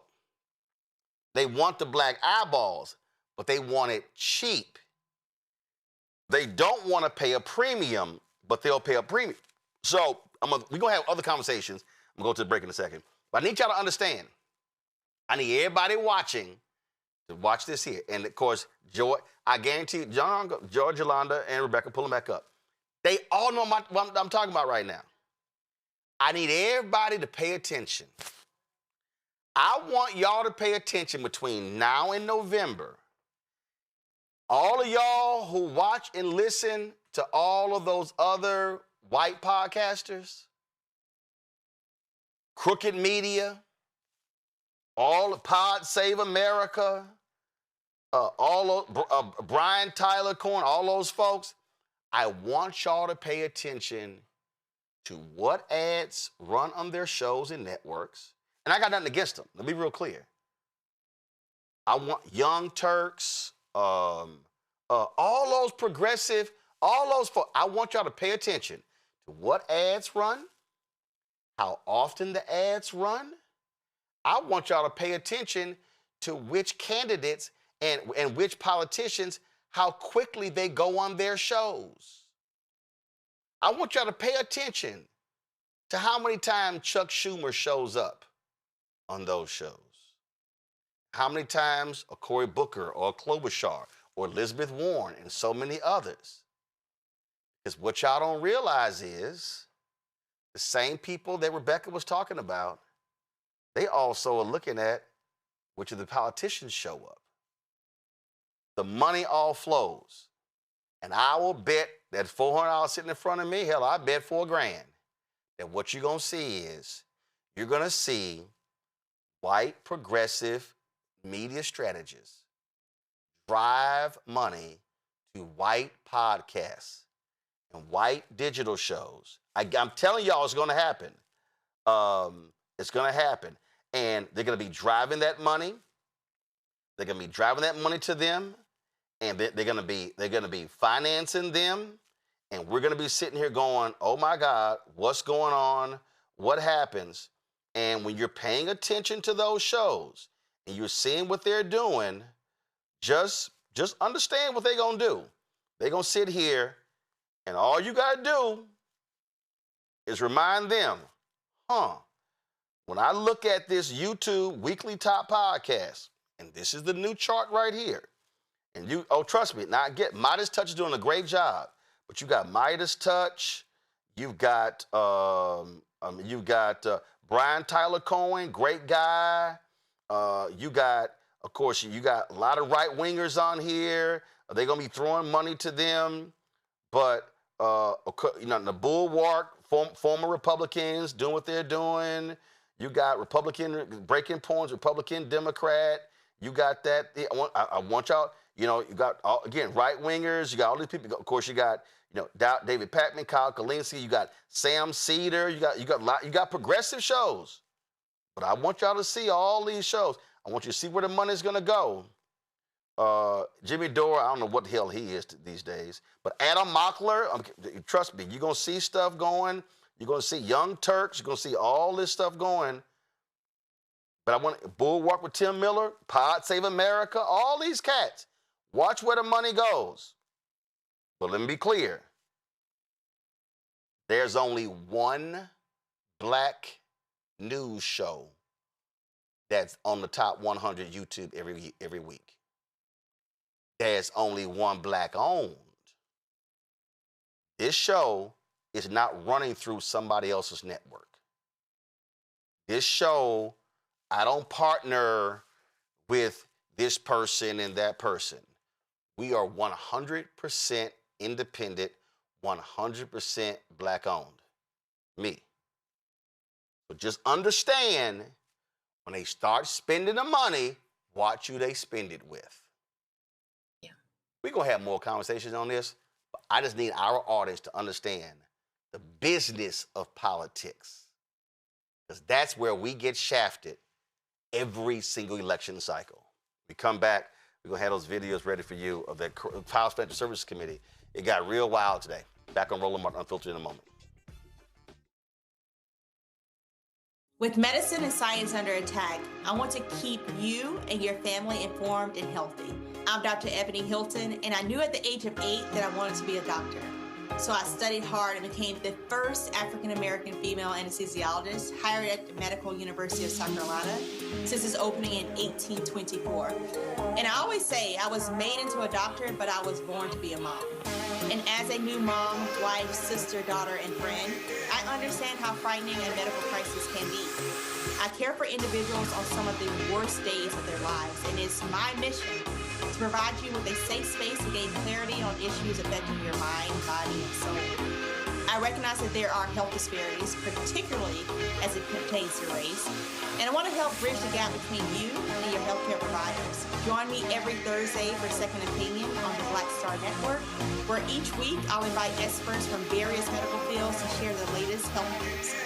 We'll discuss topics such as the vaccine debate, mental and sexual health, medical bias, infertility, menopause, andropause, nutrition, and aging. Together with my medical colleagues, we aim to provide you with a second opinion. Don't miss it, Thursdays only on the Black Star Network.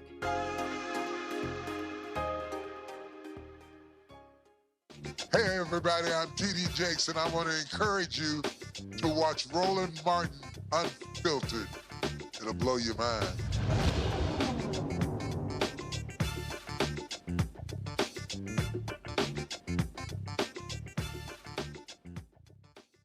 All right, y'all. First of all y'all watching on YouTube, hit the damn like button. Why we not at 1,000 likes by now? So y'all need to hit the button because y'all playing around.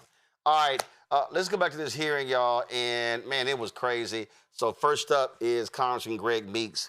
Watch this craziness with Scott Bessent. Secretary Bessent, if I'm not mistaken, you were working in the financial service industry during the late 1980s, correct? I was. Thank you. And well, I'm wondering, do you recall or you're knowledgeable of the Keating 5 scandal back then? Yes, sir. And I will point out that I was. I don't want to. No. I will point out that limited time. I have limited time. I identified. The gentleman is from the secretary. Is the gentleman from New York's time. So I just want to make sure that everyone knows who doesn't know that the Keating 5 scandal involved 5 U.S. senators accused of pressuring the Federal Home Loan Bank Board to expedite and give more consideration to the case of Charles Keating, Jr., who ran the California-based Lincoln Savings and Loans. It led to a 14-month investigation unveiling how 5 U.S. senators and staff ended up with more than $1 million in contributions, 4 trips to the Bahamas, and all expenses paid stays at resort hotels. Following the scandal, the industry saw sweeping regulatory changes that was launched by then-President George H.W. Bush.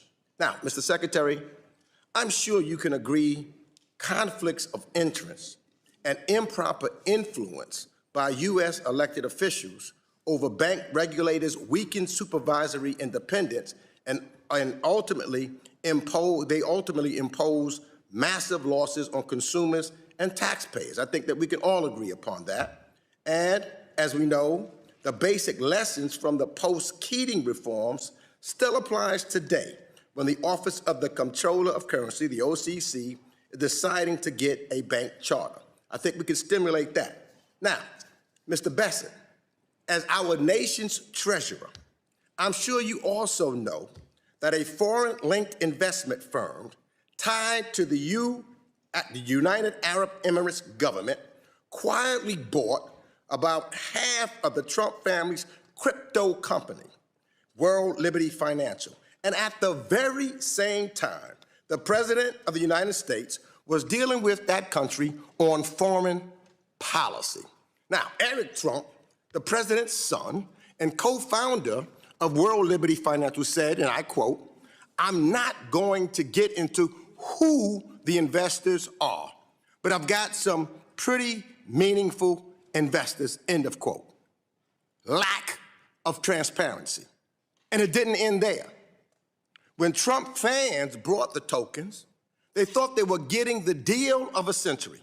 But what they didn't know was that only Trump and his sons had the sole power to decide who can sell the token and when. Today, the price of the token has fallen over 50%, and the Trump fans who bought the token are now begging to get out. Now, I'm not making this up. I'm not making this up. You can see it for yourself on the World Liberty Financial Discussion Forum. Yeah, yourself, Mr. Secretary. So this is no longer just about a shady crypto deal or a possible gift. When a foreign-linked investor is putting hundreds of millions of dollars into a company controlled by the president's family, and at the same time, this president is conducting foreign policy with that country. You know what that causes or creates? It creates a national security concern. So, I'm not going to ask much of you, Mr. Secretary. I just want to know whether you will commit today to pause and heighten the scrutiny of any bank charter or licensing application at the OCC connected to the World Liberty Financial until all of these conflicts of interest and foreign influence reviews are completed and shared with the United States Congress. All I need to know is, will you halt it and do a complete investigation and scrutiny of this licensing application? All you have to ask is yes or no.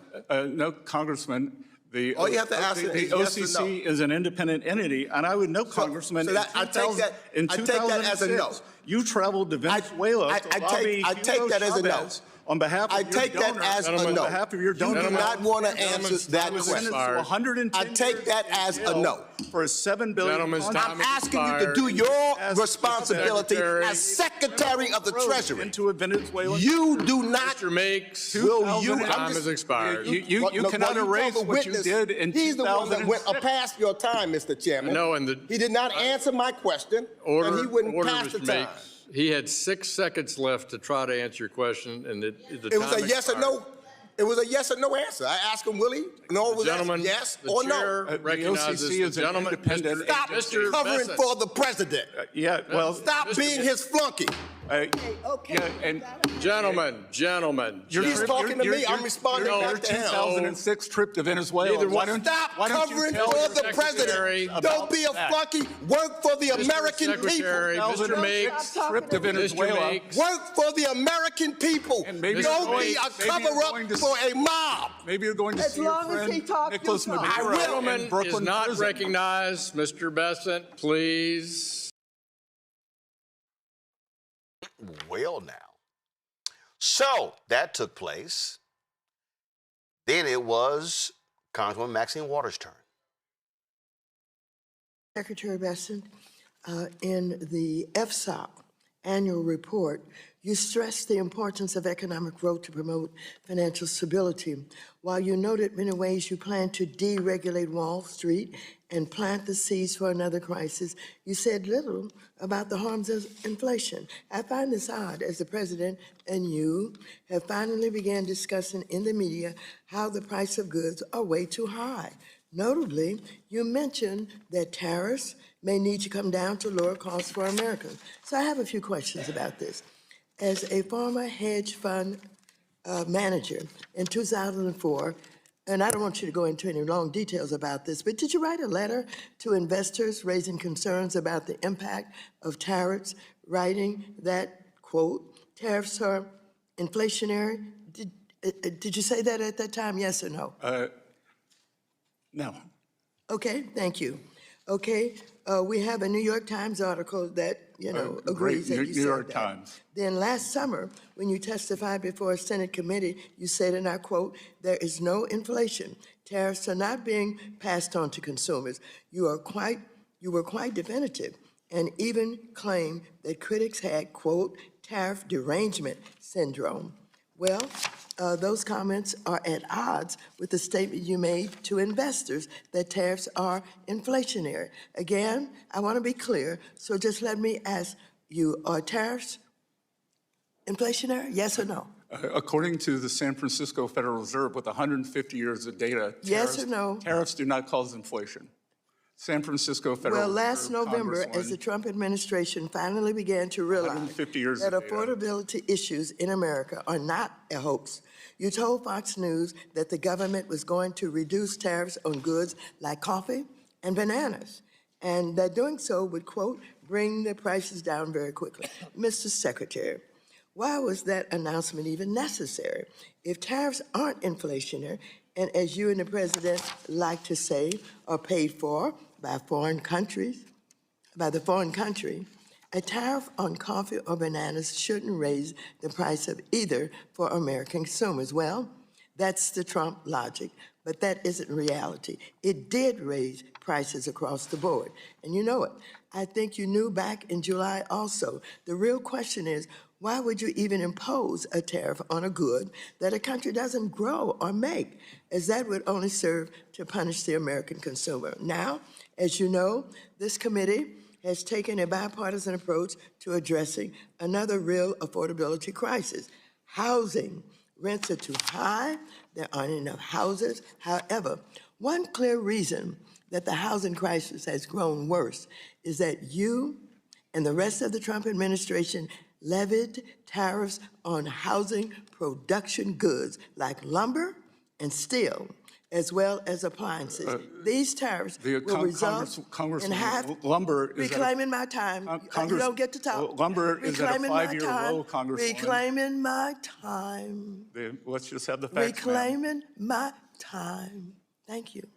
However, one clear reason that the housing crisis has gone worse is that you and the rest of the Trump administration levied tariffs on housing production goods like lumber and steel, as I said, as well as appliances. These tariffs will result in 500,000 fewer homes built at a time when we need more homes built, not less. Trump single-handedly made housing more expensive. And once again, you know it, as Axios has reported that you were planning to lift tariffs on housing production goods. In addition, the unlawful campaign the Trump administration has waged with ICE and Border Patrol terrorizing American communities has also harmed home construction across America. So I ask you, Secretary Bessent, will you be the voice of reason in the administration and urge Trump to stop waging a war on American consumers and on housing or affordability and putting the economy at risk? Yes or no? You don't have to explain. Representative Waters, will you be the voice? Will you be the voice? Will you be the voice? Will you be the voice of reason? Will you be the voice of reason? A study yes from no? Wharton University reclaiming my time. Reclaiming my time. Reclaiming my time. Was a mass unfettered immigration. Mr. Chair, will you let him know that when I ask him time does belong to the gentlewoman from California. 10 and 20 million immigrants can you took shut up the housing stock of working Americans, and can you maintain some level of dignity? Gentlelady's time has expired. No, my time has not expired. Your time has expired. And the gentleman took up my time. I think you should recognize that, Mr. Chair. The gentlewoman's time has expired. The gentlewoman's time has expired. Well, Mr. Chair, parliamentary inquiry. The chair recognizes the vice chairman of the committee, Mr. Heisinger. Parliamentary inquiry. Go right ahead, but I would not expect you to do that. Thank you, Mr. Chairman.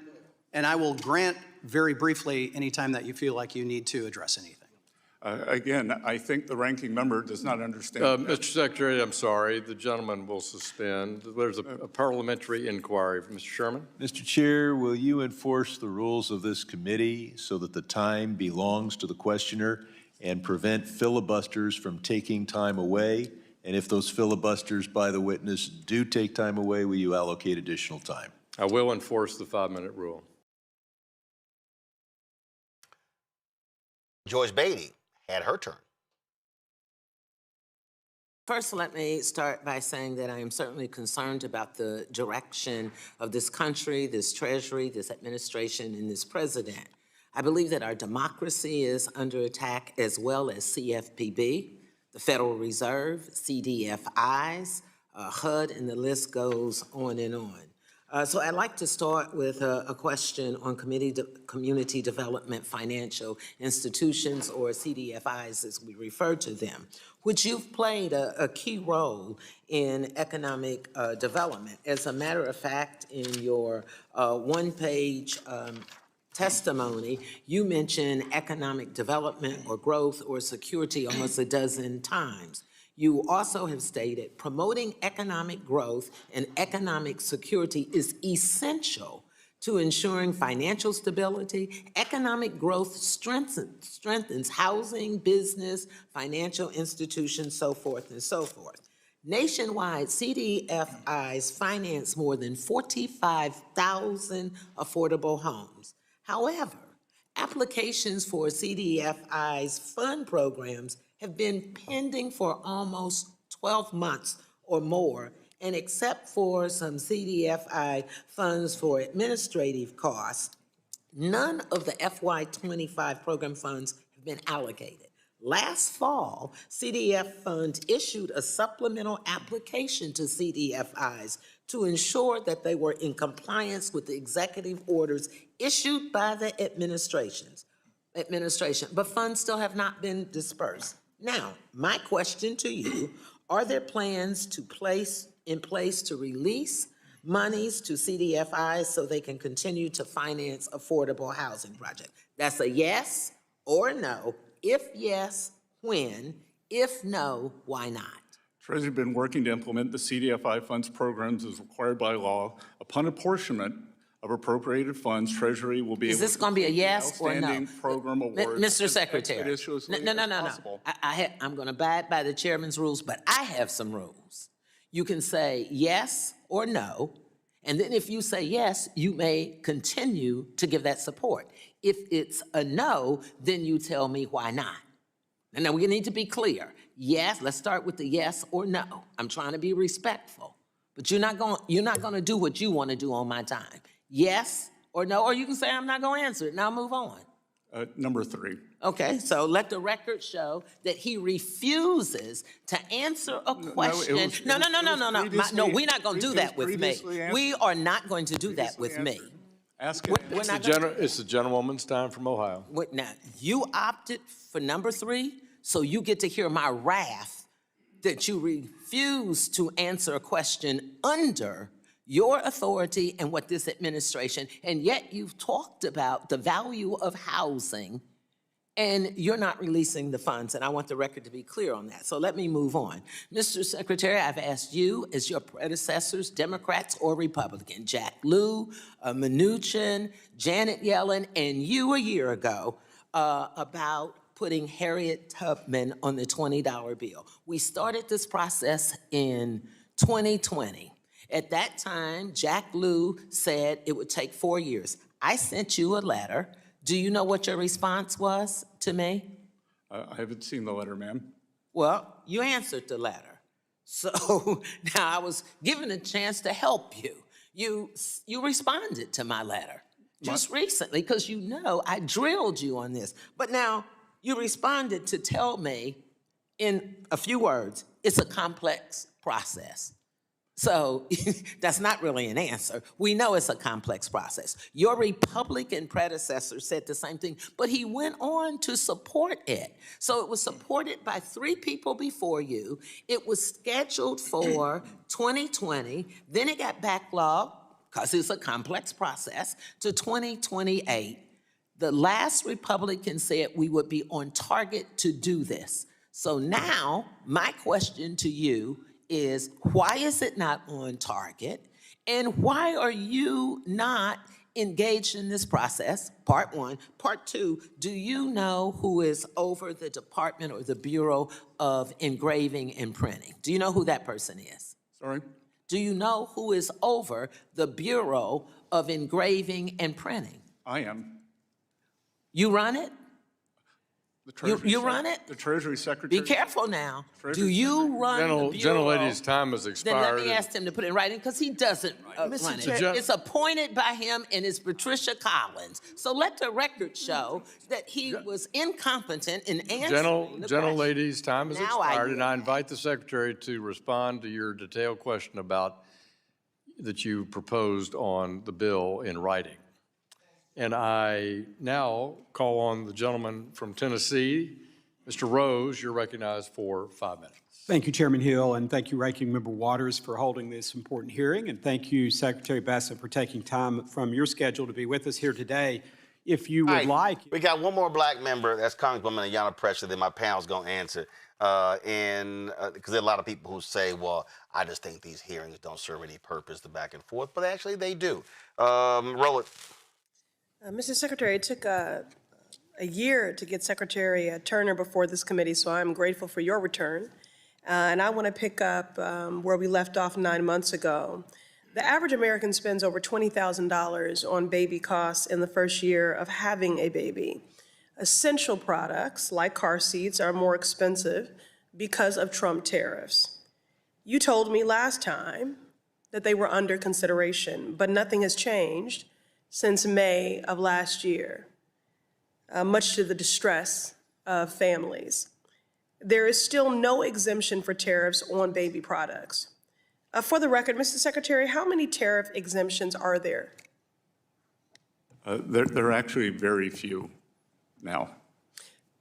You're right. Actually, I think there's some 30 pages of exemptions totaling over 1,000, including for asbestos. Can you explain to families across America, working families struggling to make ends meet, why baby products that are required by law are not exempt from Trump's tariffs? Again, Congresswoman, it is a matrix, and many of these products, unfortunately, are made in China, and Mr. Secretary, reclaiming my time. It's It's an unacceptable answer. You've had 9 months. You told me it was under consideration. You've had 9 months to think about it, and while you've been thinking about it, working families have been struggling. When it is required by law that they have many of these essential baby costs, your report from the Department of Treasury refers to them, car seats, as essential safety tools. So if you can acknowledge that, this is... I will acknowledge the gas to run the car. Well, listen, is at a 5-year low. You've included asbestos in your exemptions. So you're telling me you can do asbestos and not baby products that are... Excuse me, it's my time. I think you would want children to be safe in their homes. Mr. Secretary, parents with newborns don't want to hear your excuses. They need to keep their babies safe. They want to comply with the law, and they need action to lower costs, period. So will you exempt baby products from tariffs, yes or no? Again, we will yes look into or no? it. Mr. Secretary, respectfully. We will look at. Mr. Secretary, respectfully. Congresswoman, yes I do or not. no? I am the Treasury Secretary. I am not the USTR. Reclaiming my time. I am not the President of the United States. Reclaiming my time. So you're asking the wrong person. I'll take a commitment. Mr. Secretary, you are taking my time. Reclaiming my time, Mr. Secretary. This is Financial Stability Oversight Council. Mr. Secretary, then I ask for your advocacy then. Because a no or a non-answer is unacceptable to the working families you claim to care so much about. Moving on. I'm agreeing with you. You will have my advocacy. Okay, thank you. Can you say that again for the record? Sorry. Can you say that again for the record? I will have your advocacy? I am one voice. For an exemption? I am one voice. Okay. Have you been paying attention to the high rate of unemployment for Black workers? Are you aware of that? The high unemployment rate for Black workers? It is traditionally higher than for all workers. Well, listen, it's through the roof right now. There's hundreds of thousands of Black workers that have been pushed out of the workforce, and the unemployment rates for Black workers and all workers are among the highest they've been since the COVID-19 pandemic. Black workers contribute over $1 trillion to the U.S. economy, but the push out of these workers from the workforce has led to a loss of $37 billion in the GDP, with Black women being among, just so y'all know, the most educated and most active in seeking work. Their push out is a glaring warning sign for where our economy is headed, because Black workers, Black women in particular, have always been the canaries in the coal mine. So this is a problem for everyone. Black women are bearing the brunt, but everyone will feel this hurt. I have led letters to Fed Chair Powell calling for action to be taken. He is also a member of FSOC. So I want to ask you, Mr. Secretary, will you commit to analyzing Black unemployment rates specifically and its impacts on financial stability? Yes or no? I will analyze Black unemployment rates. Wonderful. And when will you get us a report and a plan of action? I was thinking March 6th. I can't commit to a date. Okay. All right. Well, I think March 6th makes sense. I'd give you over a month, which is more than enough time to convene that working group and to report out your findings. I know you already have the infrastructure to do that. So at the end of the day, Black families, Black futures, and the lives and livelihoods of all who call this country home are depending on you to act. And with that, happy Black History Month. That's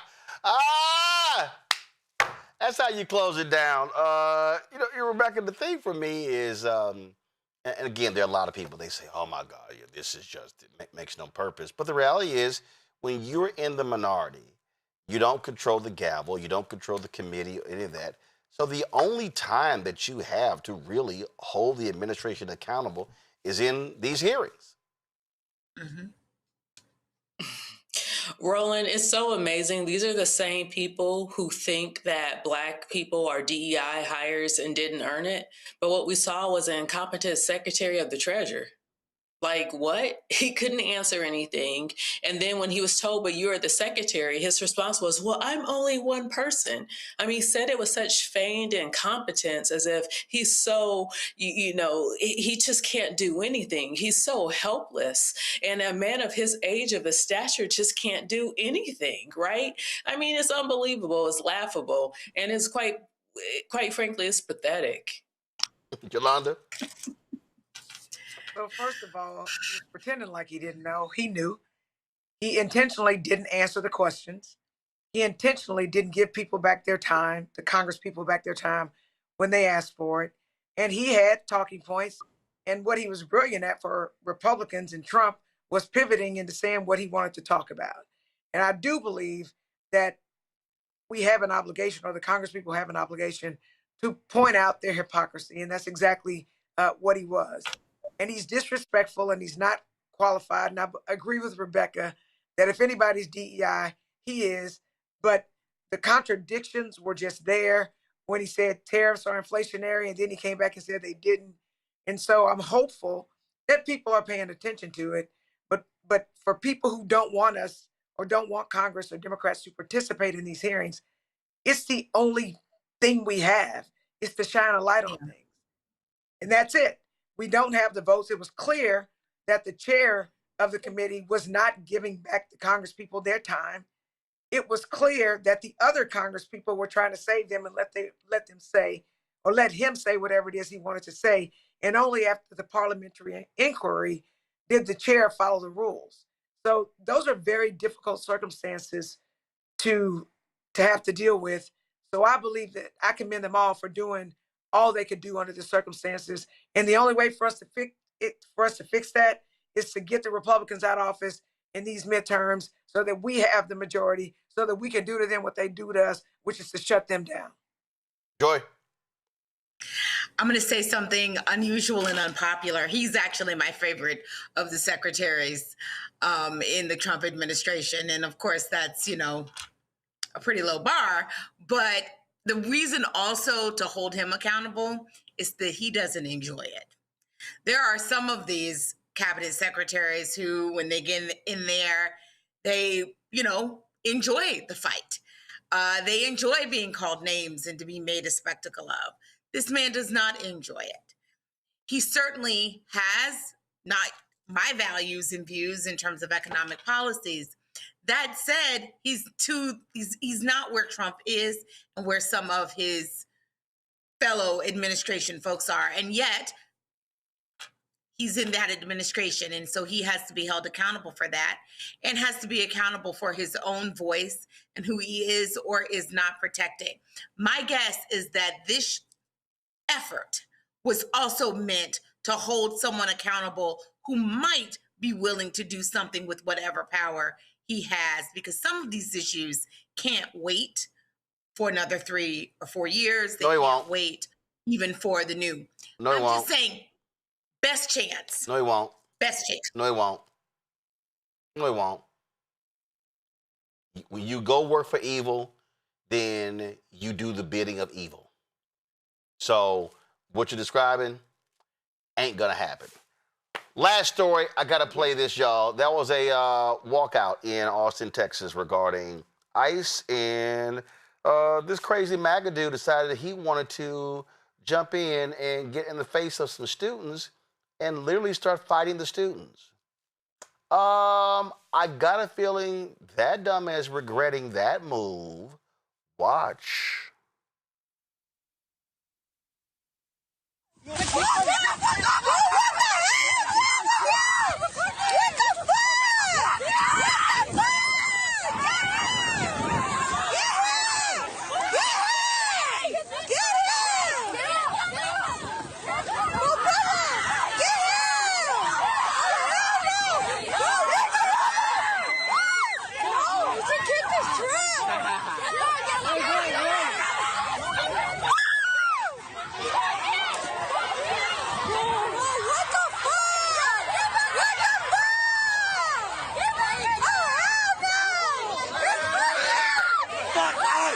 a bitch. Hey, you want another ass beat? Fucking bitch! Fucking kill yourself! You fucking fuck! One student said, if you want another ass whipping, get back out of that truck. Y'all, this is from KXAN. That guy is from Buda, Texas, Buda, B-U-D-A. Chad Michael Watts, 45, was arrested Tuesday, charged with 2 counts of assault causing bodily injury. Now, this fool, the video shows the man right after getting out of his truck, pushing past students and singling out a teenage girl. The two exchanged punches before the student is pushed to the ground, and that's what went down. Hey, beat that ass. That's all I can say, Jolanda.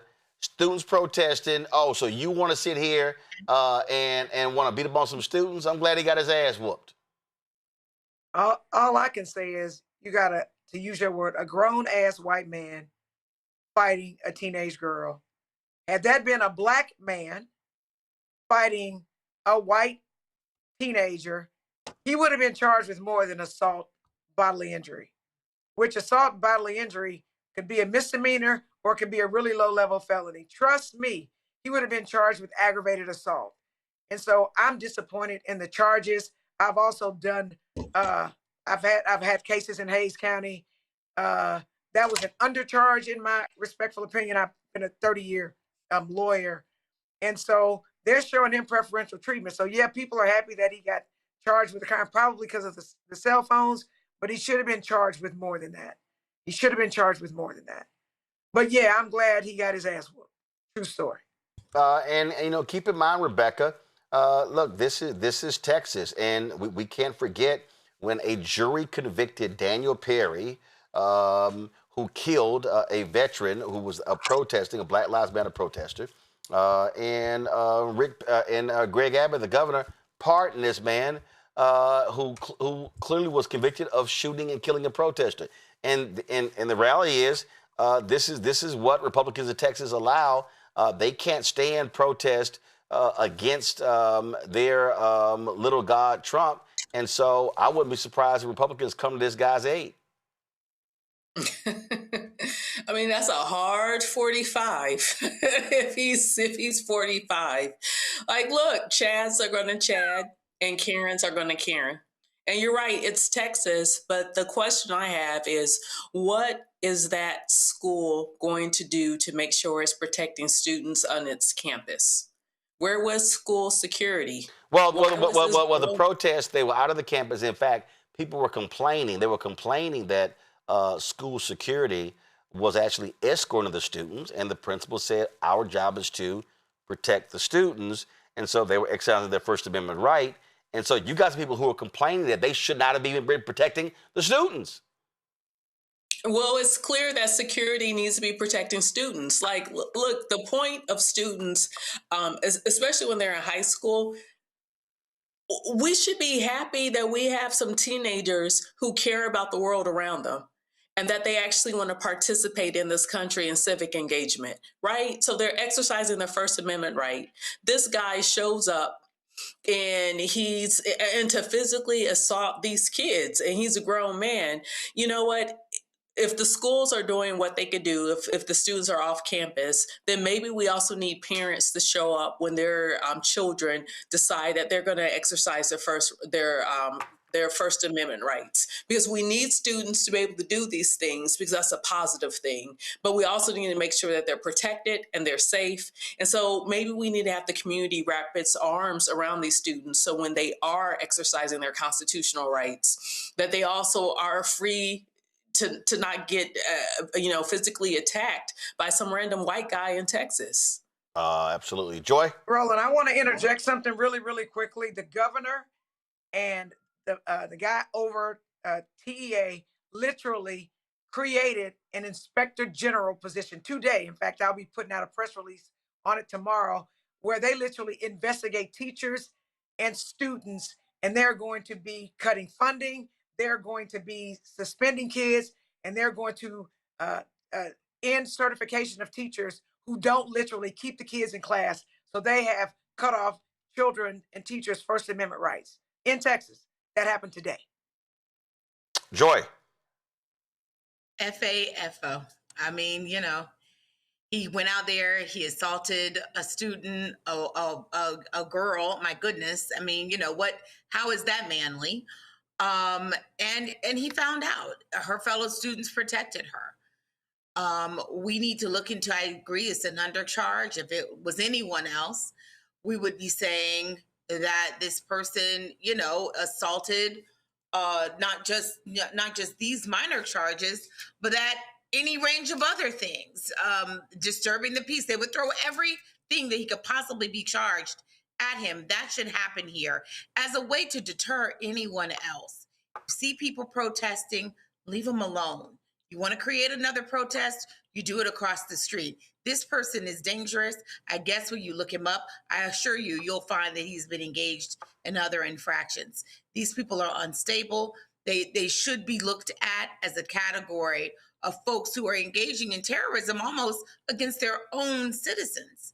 And in this case, children. So I'm glad that the students were protected. I'm glad this person has some charges, but I agree, we're gonna have to look closely to make sure that they actually stick, because my guess is the Republicans are gonna come as soon as things die down.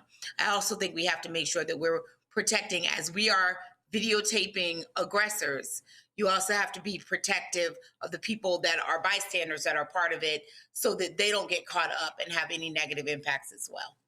All right, then. Now, let me thank all three of you, George, Yolanda, and Rebecca. I certainly appreciate it. Thank you so very much. All right, folks, before we go, here are headlines with Brittany Noble.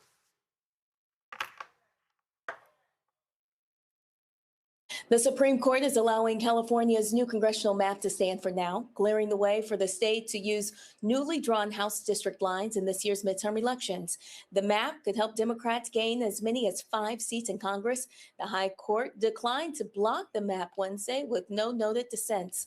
California Governor Gavin Newsom called it a response to Texas Republicans' mid-decade redistricting, saying President Trump started this redistricting war. The new lines were approved by voters in November under Proposition 50 and will remain in place through the end of the decade. Well, President Donald Trump signs legislation ending the partial government shutdown that began Friday at midnight. It funds several federal agencies, including Departments of State, Treasury, and Defense through the end of September, covering the remainder of the fiscal year. The bill only extends funding for the Department of Homeland Security through February 13th. That short-term extension means Republicans and Democrats will meet again to negotiate a longer-term funding plan for DHS. Well, the United States has deployed a small team of military officers to Nigeria. General Gavin Anderson says the move follows his meeting with Nigeria's president in Rome.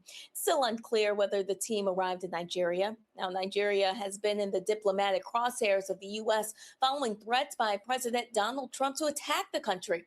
Trump alleges the West African country was designated as a country of particular concern, the congressional designation in the U.S. for countries responsible for religious oppression. But the Nigerian government firmly rejects those claims. Florida Republican and nominee in the 2026 gubernatorial election, James Fishback, makes explosive racist comments amid Don Lemon's legal troubles. 31-year-old Fishback commented on X that Lemon escaped a public execution after covering an anti-ICE protest at a church in Minnesota. He said this: Don Lemon is lucky he's not getting hanged in the public square for ransacking a church. Lemon is currently facing charges related to the interruption of a religious service at the city's church in St. Paul, where a U.S. Immigration and Customs Enforcement official is a pastor. Well, a Temple University student has turned himself in on federal charges tied to a protest at a Minnesota church that was live streamed by journalist Don Lemon. Jerome Richardson surrendered on Monday and is now in federal custody. That's according to Attorney General Pam Bondi. Court documents list Richardson as one of the 9 people indicted in connection with the January 18th demonstration at the city's church in St. Paul. Also, the Black-owned whiskey brand Uncle Nearest is bankrupt. The Tennessee distillery will likely face foreclosure if the court hands control of the company back to Fawn and Keith Weaver. Farm Credit Mid-America of Louisville sued the company and its founders, alleging default on $100 million in loans. The lender is also seeking the appointment of a receiver to run the company. The Weavers are opposing the move, saying they are victims of fraud. Well, a new study by Charlie Health reveals male loneliness is a complex issue shaped by social and cultural dynamics. This idea concerning masculinity discourages emotional openness and vulnerability. Researchers also found that many men struggle to express their feelings, keeping them isolated, all due to stigma. In the study, 6 adults, Black men ages 18 through 29, reported feeling always or often feeling lonely that year compared to white men of the same age range. The research also revealed a strong link between loneliness, chronic health conditions, and obstacles to effectively managing diseases. Research suggests that creating environments that are safe spaces for Black men. Roland? All right, thanks a bunch. Don't forget to check out The Breakdown with Brittany Noble every midday at noon Eastern right here on the Black Star Network. Again, The Breakdown with Brittany Noble. Where's the graphic? Come on, wake up. No, wrong graphic. We do have a graphic of the Brittany show. Okay, I'll do it myself. All right. Noon Eastern, every single day, watch The Breakdown with Brittany Noble on right here on Roland Martin Unfiltered. Again, you can check out this 1 hour show, check out the headlines, as well as news and interviews. And so that's our newest show. We launched it last week, so be sure to check that out. Then, of course, every Thursday, check out our newest show, Health Show, Second Opinion, with Dr. Ebony Jade Hilton. We premiered it last Thursday, and of course, it will air every Thursday, 11 a.m. Eastern, and then we'll restream it at 8 p.m. Eastern as well. All right, folks, that is it for us. Please don't forget, support the Black Star Network. Our goal is to get our fans to contribute to our show to help us defray the cost of what we do. First of all, before I do it, let me see if y'all, okay, y'all finally woke up on YouTube. We have the 1,200 likes. We should be at 1,500 likes at least. So y'all need to send more to us. So 300 of y'all need to be hitting that like button before I sign off, okay? All right, so we'll do that. Support the work that we do. Join our Bring the Funk fan club. You want to contribute via Cash App, use the Stripe QR code. You see it right here on the screen. That's for credit cards as well. Checks and money order. Make it payable to P.O. Box. Make it payable to Roland Martin Unfiltered. Send to P.O. Box 57196, Washington, D.C., 2003, 7-0196. Of course, PayPal is R. Martin Unfiltered. Venmo is RM Unfiltered. Zelle, Roland at RolandSMartin.com. Roland at RolandMartinUnfiltered.com. All right, y'all. Come on, YouTube folks. Y'all ain't moving fast enough. Still stuck on 200 likes. I should be at 1,500. Let's go. Hit the damn like button. Download the Black Star Network app. Apple phone, Android phone, Apple TV, Android TV, Amazon Fire TV, Roku, Samsung Smart TV. Get our Roland Martin Unfiltered Black Star Network swag by simply going to shopblackstarnetwork.com. Shopblackstarnetwork.com. Get our t-shirts, hoodies, wall art, mugs, you name it. We got it all there. So check that out. And then, of course, you can also support our Black-owned products. You see all these products on our shelf here in the studio. All those are Black-owned companies. And so if you go to shopblackstarnetwork.com, you can peruse our shopping list. Again, when you support those products, you support this show as well, because we get a cut of the proceeds. So that'll be absolutely great. You can support them. So please go to shopblackstarnetwork.com. Also, download the app Fan Base. Y'all can follow me there at Roland S. Martin. New updates, a lot of great changes made there. So check it all out. All right, y'all, that's it. I will see y'all tomorrow right here, Roland Martin Unfiltered on the Black Star Network. And somebody hit me and they said, Roland, what are you doing for Black History Month? We do Black people every day. 365, 7 days a week. This ain't nothing new for us. So this is the 100th anniversary of Black History Month, founded by Carter G. Woodson. But remember, we focus on Black folks. We center African Americans every single day on this show. So for us, it ain't nothing new for us. I'll see y'all tomorrow. Holla!